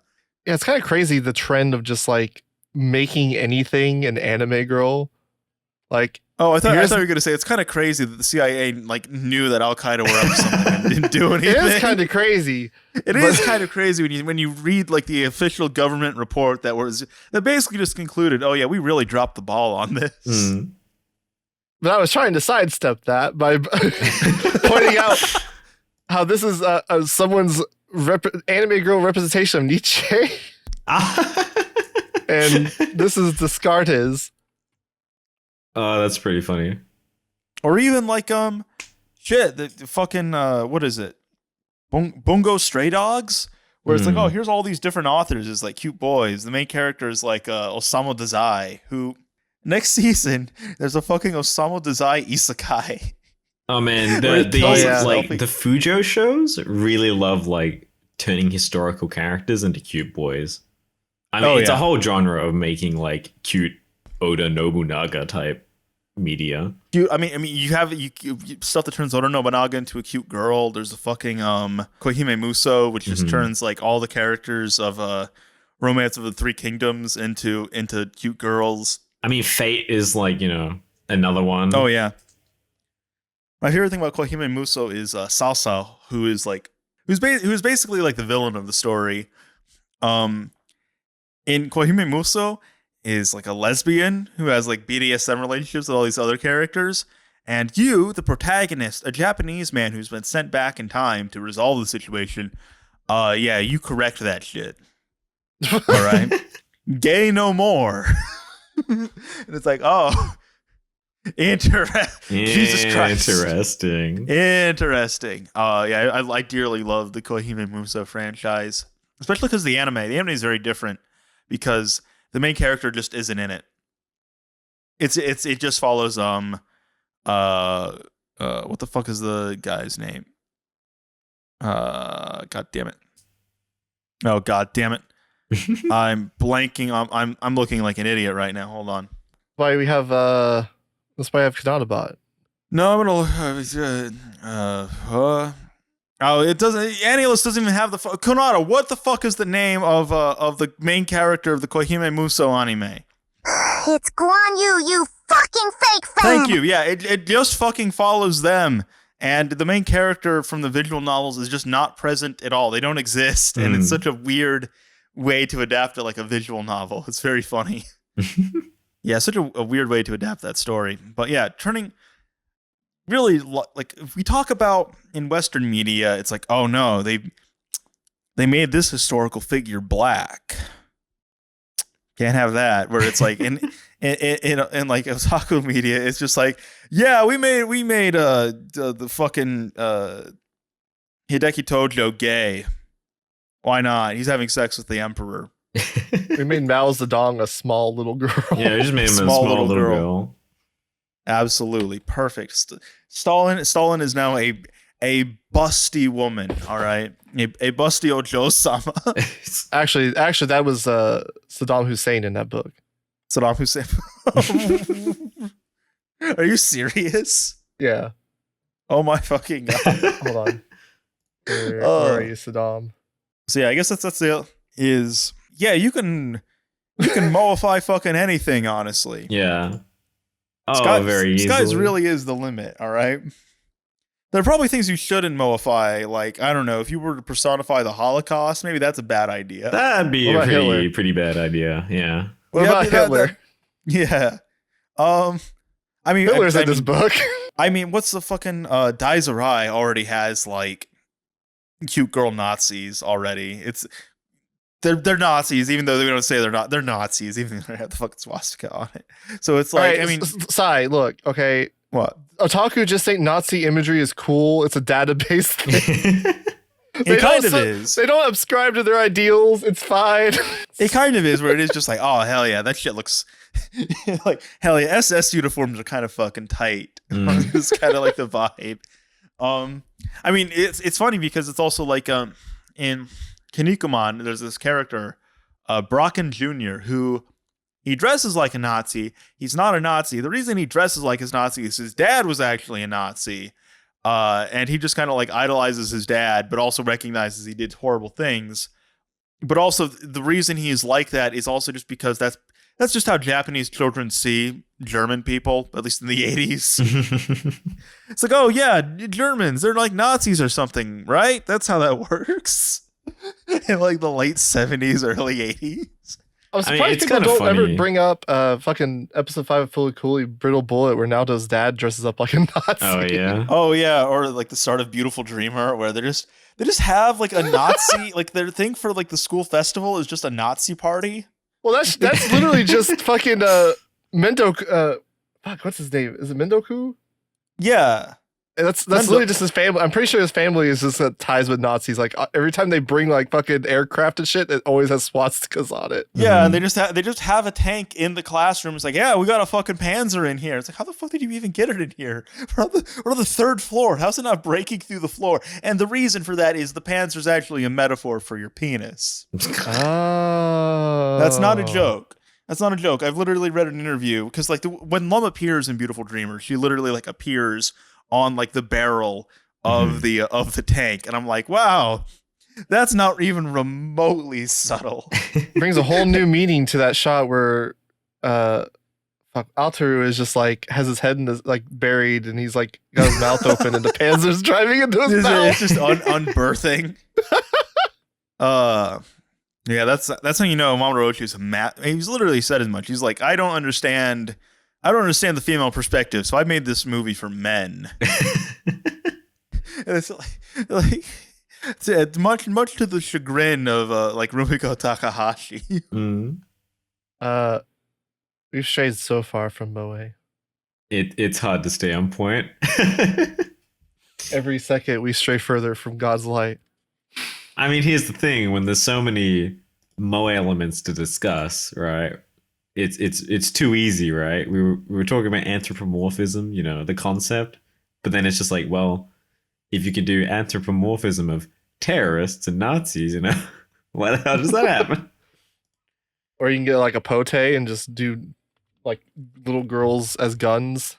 I mean, it is kind of funny that just because like in Asia, it's just less, it's a bit less taboo for Nazi imagery. I mean, there happens to be controversies every like year, I swear, with like a K-pop artist who ends up dressing up like a Nazi because they think it's like cool, and then like they get canceled on Twitter or something. I mean, I saw something where it was like a K-pop artist was reading like Made in Abyss, and people got really upset about that because K-pop stans are the most sheltered people on earth.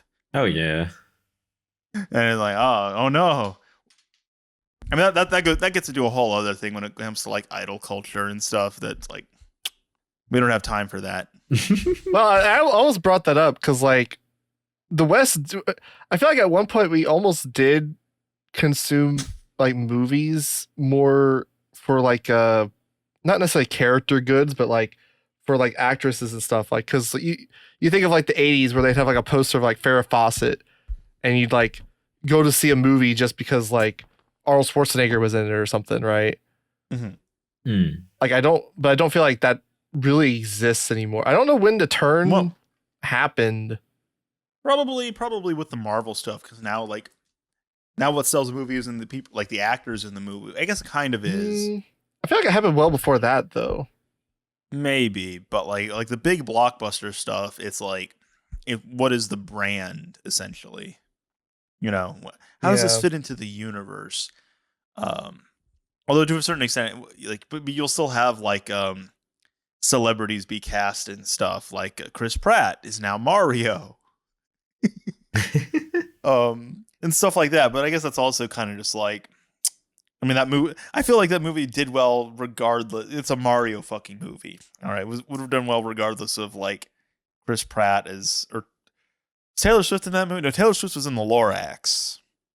Ew. Should have Right. made Those David fucking Lynch Illumination Luigi, movies. to be honest. Would have been a better That film. was- Still waiting for like a Vine sauce. Jack Black title of was that in movie. Jack Black was Oh in yeah. Mario. I don't remember who Well- Peach was. He Probably like Lady Gaga or some shit. Who fucking It's interesting. Nintendo stuff almost feels like exempt or like removed from that a little bit. A little Like, character, because like every game is like a Mario. Well, no, in terms of like I feel like we don't talk about like, oh well, Princess Peach and like, you know, I feel Moe for Princess Peach and stuff like that. I think that's like kind of like Nintendo. I feel like they're exempt from that in terms of conversation, but not necessarily in terms of how people are consuming these characters. Oh, definitely not. I think people definitely have like Moe reactions to like, oh hell, like a ton of like cartoon characters. Like, Right. unfortunately, the only one that comes to my mind is that one guy who like became a mass murderer after he like had a schizophrenic episode with like a Danny Phantom character. So that's like not the best representation. oh. Fuck, it was that guy, Jesus Christ. Yeah, we were literally talking about Randy Stair. We were literally talking about him. I forget what the fucking conversation was. We were talking about him the other day and how embarrassing it would be if you had a loved one that was killed by like someone that cringe. And now you it's like, oh man, yeah. I lost my parents. They were killed by Chris Chan. It's like, oh, well, Jesus. that sucks. He's laughing at you. But yeah, like Oh, well, a good example, one that's not a fucking serial killer. he was okay. He wasn't a serial killer. sorry, He mass was a murderer. mass murderer. Yeah. Would be like My Little Pony fans, all right? Where Right. they clearly had a very Yeah. intense affection towards like the pony girls, but like they're not Yeah. gonna be zoophiles. Well, maybe some of them, Right. but like they're not gonna be all zoophiles. They're not going to like a horse race and going, oh my god, Oh my god. I'm gonna call you Rainbow I- Dash. I bet on the wrong fucking horse. I want to taste the rainbow. Yeah, well, because again, they're horses, but they're not really horses. hmm They're way Which too is interesting.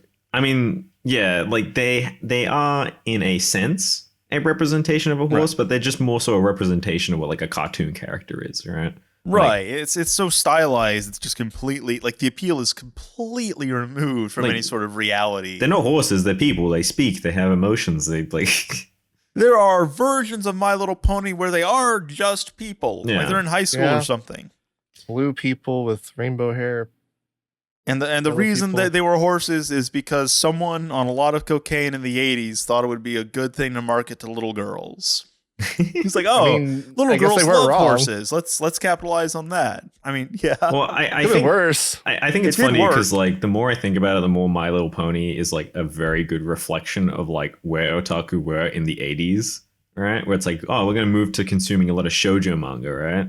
Da da da da. Mhm, yeah. People go and they're like, oh, well, that's gay as shit, bro. Like, what's weird with you? And then like with My Little Pony, it's just like, what the hell is with all these adult men consuming again a show mainly for young Yeah. girls, and now why are they just like lusting over the ponies, right? Are they gay? I don't get it. Yeah.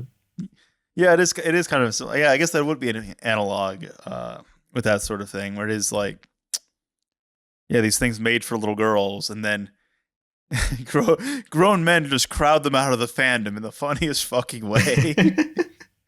Yes, there are so many fucking videos that came up. I remember there was like channels that used to be dedicated to like brony cringe or some shit. Oh, Like, they did, yeah, like conventions and shit, and like I think there was one guy who was like talking about the molestia shit, like where one of the characters is named Celestia or something, and like there's like this in joke or whatever that she molests people or something. He's like saying this in front of like 6-year-old girls. It's like, what the fuck, dude? Interesting. Yeah, it's like, read the room. Yeah, well, maybe they have a hard time doing that. Maybe there's like some cognitive problem there. I feel like, isn't that the reason why they screen questions? Like, oh, what do you want to ask a question about first? Like, don't they still do that? I don't know, honestly. I've never been in that kind of situation.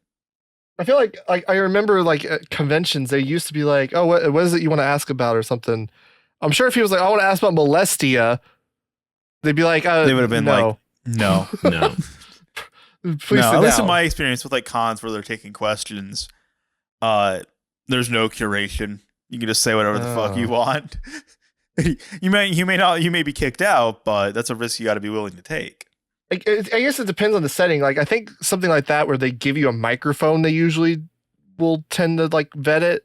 Mm-hmm. But if it's like a smaller setting where you're just raising your hand, they don't. Okay. Like, yeah, I guess it just depends. You did say like you thought Nintendo was like kind of omitted from that. We talk about like I feel like we don't talk about Nintendo as like Nintendo games as like otaku works. We don't think of we talk about the importance of someone like Hayao Miyazaki, but we don't really talk about the importance of someone like Shigeru Miyamoto in the same way. I would suspect that's likely because Nintendo is a lot more protective of its copyright stuff. That's than true. Most other stuff. Yeah. Like the reason why there's a lot less, like for example, like Disney otaku, right? Like you don't see a lot of people going like, oh yeah, Disney girl. So it's because it's really hard, very specifically, to like make doujinshi. Yeah, if you do, you're dead. Which is kind of like the lifeblood of otaku fandom in Japan. Because Nintendo, for example, they have had a history of just like randomly going after doujin creators. Didn't they swat a woman basically for making like Pokemon doujinshi? Yes, they did. And it's kind of because of that like environment, because doujinshi aren't legal in Japan. Like they're explicitly not legal in Japan, but they are allowed because they're like, permitted, generally like a net positive, right? But because of that, they tend to be deeply unpolitical, and they don't tend to like push the boundaries. And there are some works that like don't get as much doujinshi stuff. I'm thinking like, Nintendo kind of works, even though they're hugely popular, because there's a history of Nintendo. Though with that being said, there is an amusing amount of Pokemon stuff as a recent, and I'm not sure like what has changed with that. Yeah. But like you don't really see Zelda or Metroid or any of that kind of stuff. Like when I was walking through Comiket, didn't see a single thing. Like let's not tickle the dragon's tail and have them destroy the entire Comiket thing. And the big thing here is like Comiket is like the heart of like otaku stuff. I mean, if you ever watch any show about otaku, like if you watch something like Genshiken, it slowly builds you up basically to Comiket, and then there's nothing more beyond Comiket, because Comiket's just the heart of it. It's fan work. What is it, like a similar thing with like Comic Party? Yeah. And I feel like it's a running joke there too, because it's also in like NHK where it's like, all right, we're building up to Comiket. We've got our game or our manga or whatever the fuck we've been doing. I can't wait we're gonna sell so many, and they don't sell anything. Yeah. It's like, oh, God fucking damn it. So it's specifically because of that like Comiket presence that I would like probably say like that's why you probably don't see it, because Comiket, like doujinshi works are kind of like at the heart of otaku culture, but like in the West we don't really see that much, because like for two reasons. Number one, most people's conception of doujinshi are like erotic books. Which sure, there's a lot of them, but there's like a large amount that isn't.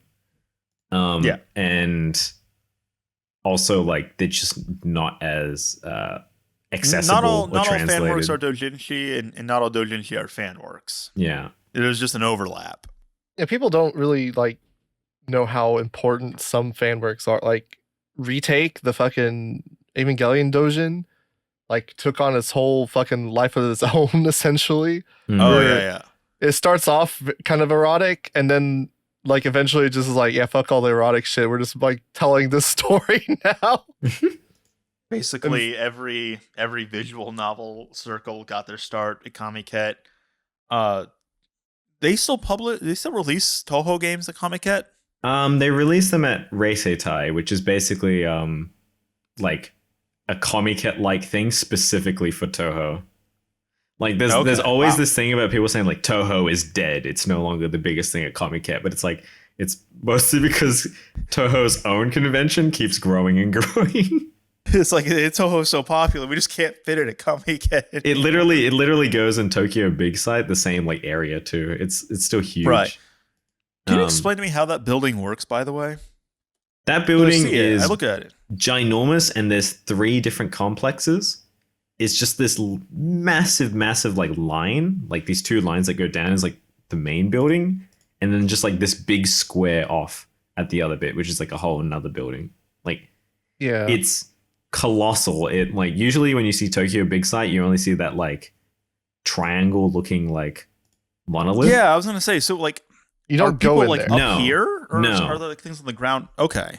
Yeah, everything's underground. It's not underground. There's a big like almost like warehouse like thing basically to the left of that like image that just like I swear it's like 2 kilometers long or some crap like that. It's huge. But it has to I'm be. just imagining like if I was ever in Japan for Comiket, I probably would just roll up with like a shopping cart. Oh, people come with like luggage bags. Yeah, it's like, all right, I don't know I'm if- an I don't know American if- and the yen is really low against the dollar right now. Let's go. I don't know if you can get a shopping cart in there. Be hard to fit in. It is very cramped. And I went when there was Yeah. like a much lower attendance. Because the thing about Comiket is that it's literally the world's biggest convention, and it's majority otaku goods. Like people do not understand the importance of Comiket. It is so huge. It is colossal. But people think of it as It's just also- like a weird afterthought. Yeah, it's also not just like magazines. Like I bought fucking like Games. figure accessories there. Yeah, so Figures, like garage kits. the main thing there is just like Comiket is entirely like run by like individual producers, like fans and stuff. So there's no commercial stuff in there. A lot of it is fanzines, like and sort of stuff like doujinshi. But like there's character Those goods are the that people easiest to make. produce. There's like, and it's not just anime and manga stuff. I literally have seen like stalls about like people who are nerdy about fax machines. Oh yeah, when I went, there was the big I forget. That's the most is it Japanese Aiko? thing I think I've ever heard. It's like Aiko-chan or whatever. The fucking girl they use as a mascot for like Aikaiwa books. Mm-hmm. And they had like dojins of like her. Like she's not even a fucking like from an anime. Like she's just Oh yeah. Well, that's the other thing. You don't need to have like any sort of story. That's how like Black Rock Shooter got started. It was just like character art, Yeah. and then you figure out the story later. A lot of doujinshi end up becoming like works. Like Oni-chan Oshimai is like originally like a doujin work, as far as I'm aware. There's a lot of stuff like that. I mean, Clamp, the guys who made the girls, and I should say, who made Chobits and a lot of other stuff, they were originally doujin producers. Yeah, I would imagine. Yeah, I would imagine Comiket has produced millionaires more than likely. Probably. I mean, out of those who get popular inside of Comiket. Well, I mean, what's like the famous like I don't know. Probably like a really fun rag to riches story is like Ryukishi, where it's like he made like Higurashi and like, he sold like 3 copies at that first like for chapter 1 of that first Comiket, and whoever bought those first 3 probably feel very fucking vindicated. Honestly, it's like I got in early. I was an OG fan. I wonder who would buy that. Like, is it just like someone? Well, do you think there are people that just go and try and buy as much shit at Comiket as possible? I feel like people are on the lookout because like basically me. I'm almost like in a similar way where it's like let me tell you how many fucking games are on my Steam wish list right now. Oh my god! You get ruined by Comiket 1,937. because a lot of people like, get I out just go free through my games Steam there. Yeah. So I just go through my Steam queue and I just add stuff because it's like, oh, these are interesting indie games being made. And it's probably a similar thing on Comiket where it's like, I mean, yeah, you get games for free. You can probably get a game for like $5. Stuff is like, from what I've seen, is like relatively cheap. You can even find hardware for old 80s computers that they made themselves. Oh, really? Yeah. That's kind of wild. Yeah, there's Dojin hardware. Like, people do not understand like the breadth of Dojin shit. It's kind of crazy. That's very extra, honestly. Yeah, it's like, here's my homebrewed, like, you know, PCE board, and you know it's gonna work to do like X thing. It's like, why did you make this? just selling shit to like scan laser discs in.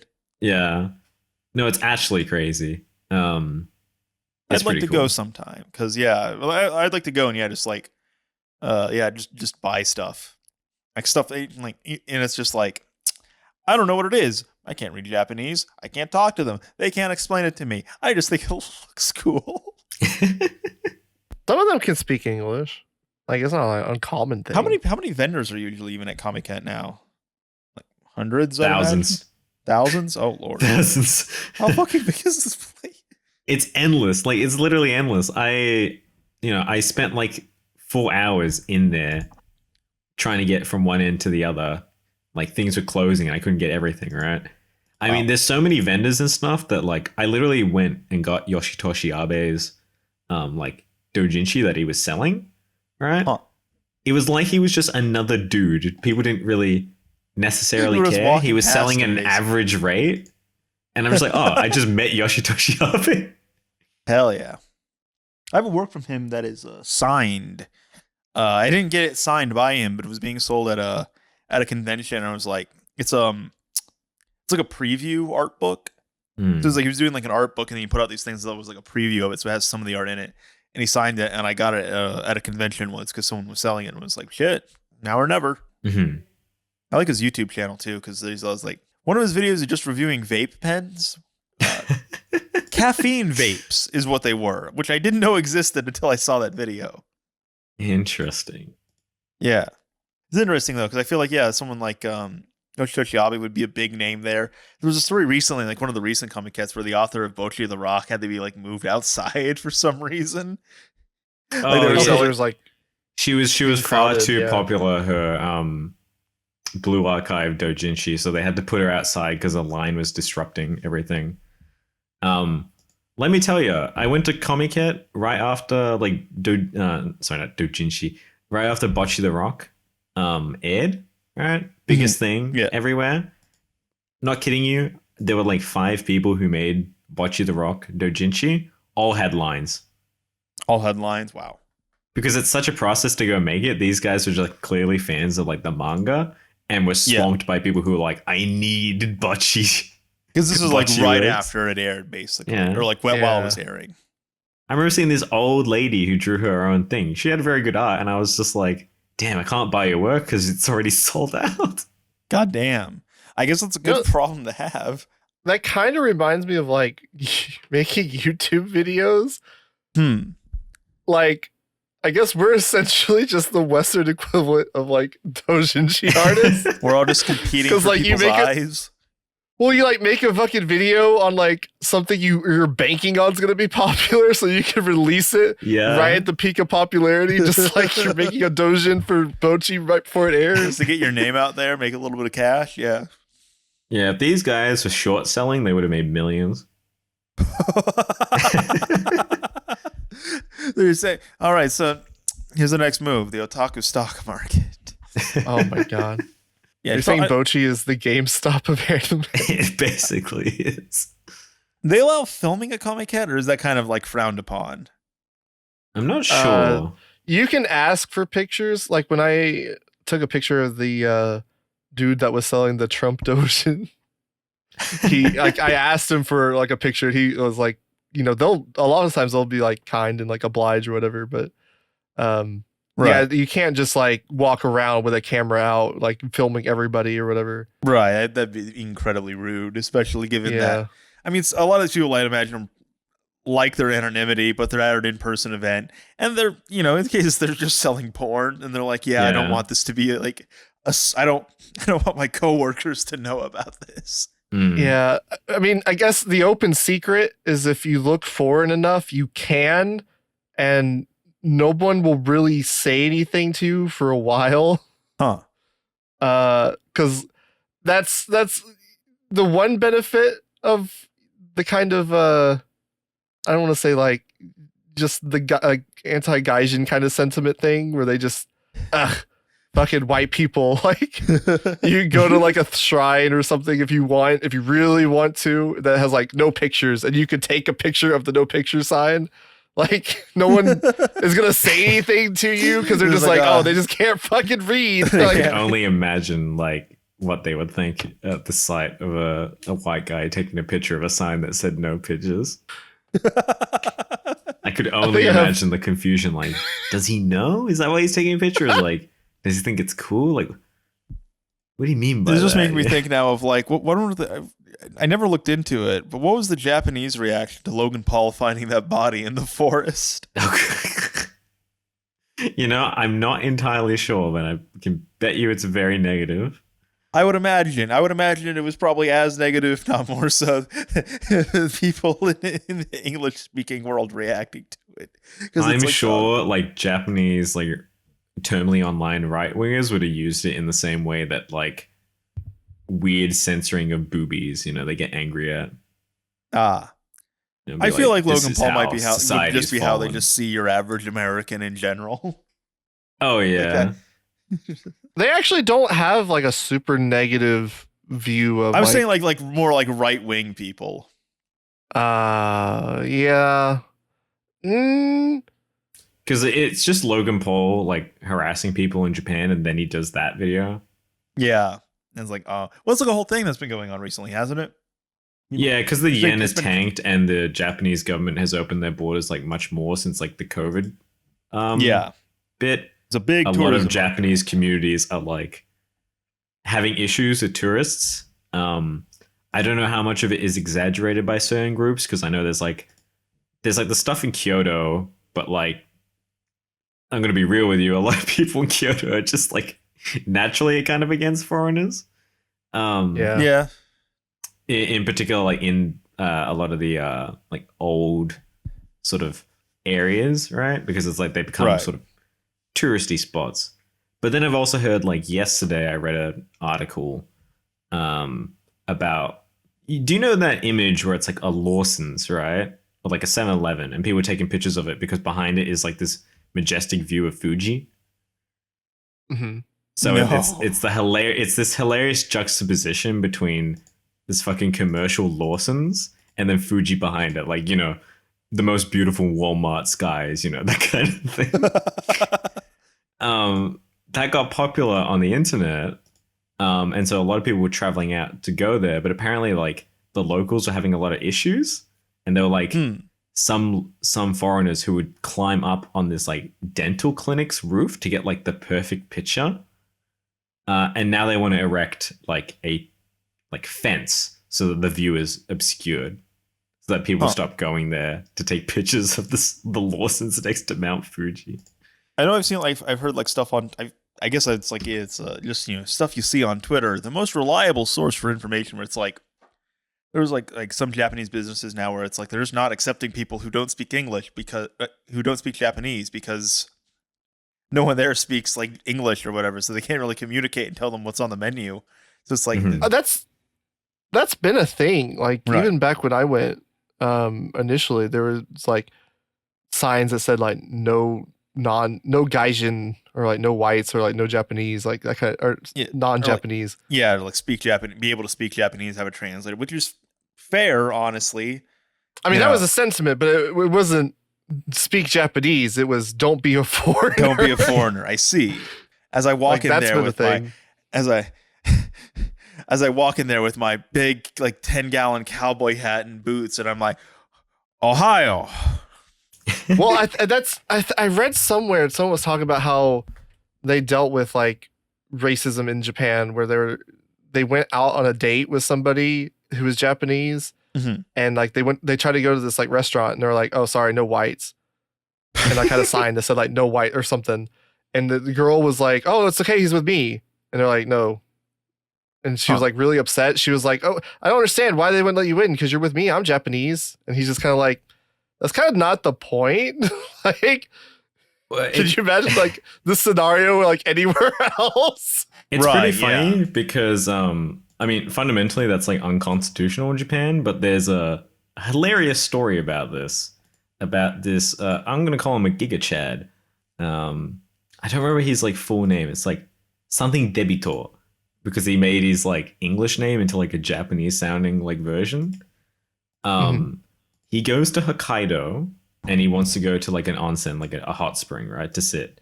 And then there's a sign that says Japanese people only, right? No white people, whatever.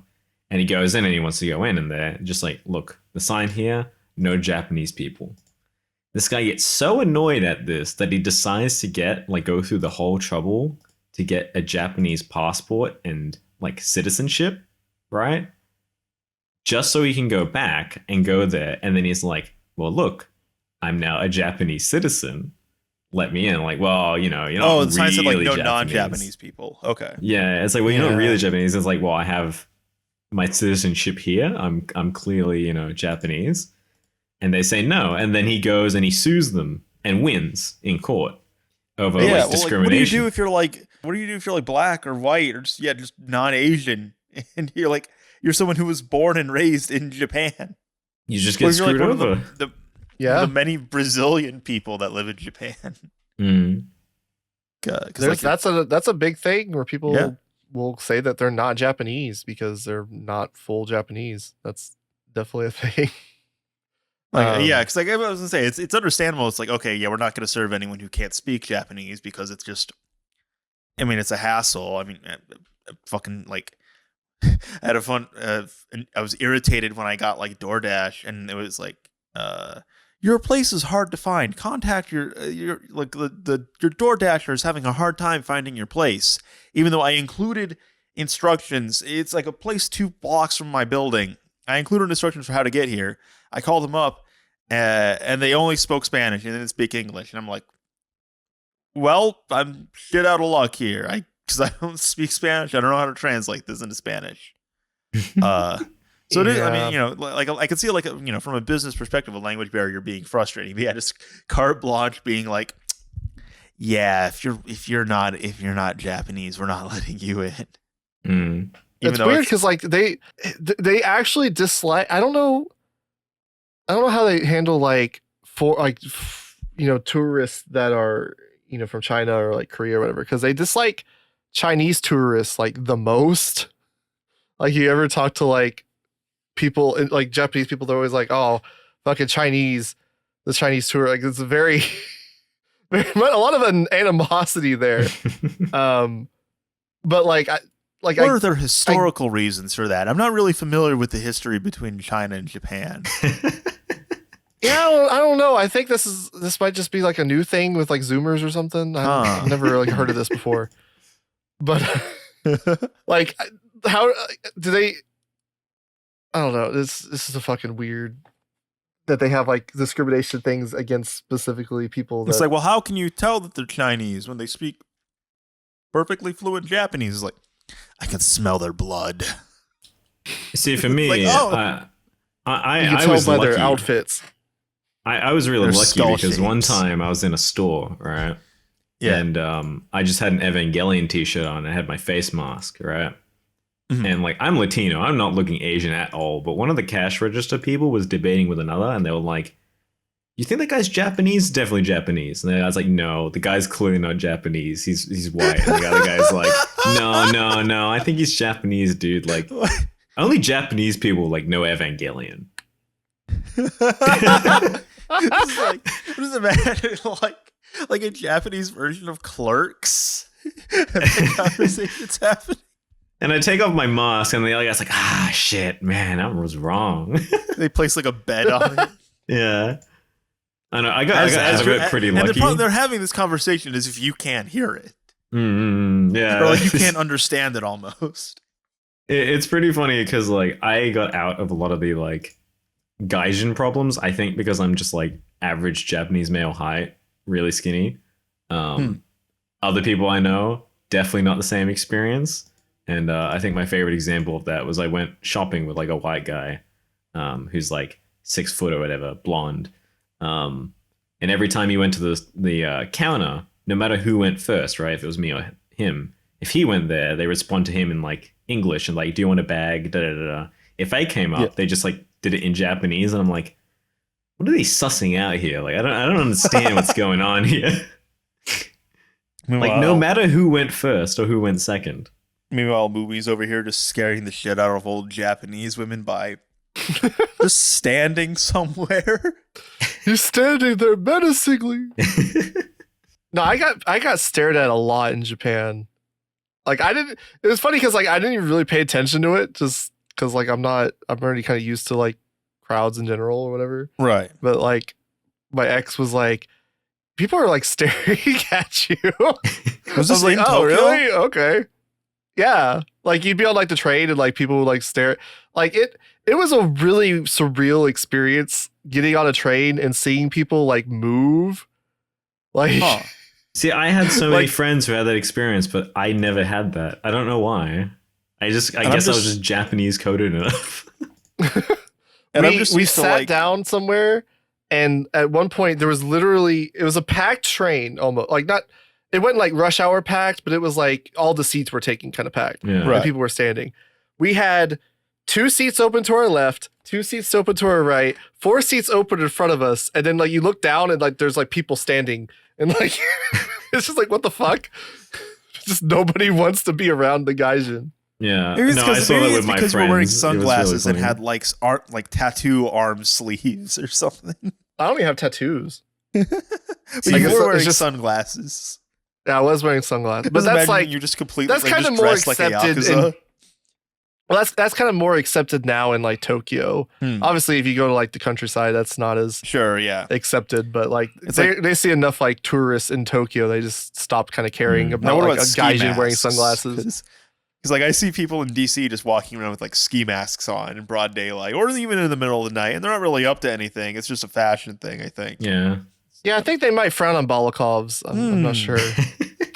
Got it. So when I go to Japan, leave that at home. Yeah, just you wear like the surgical masks or whatever. They wear that all the time. So those are fine. Close But yeah, enough. no balaclavas.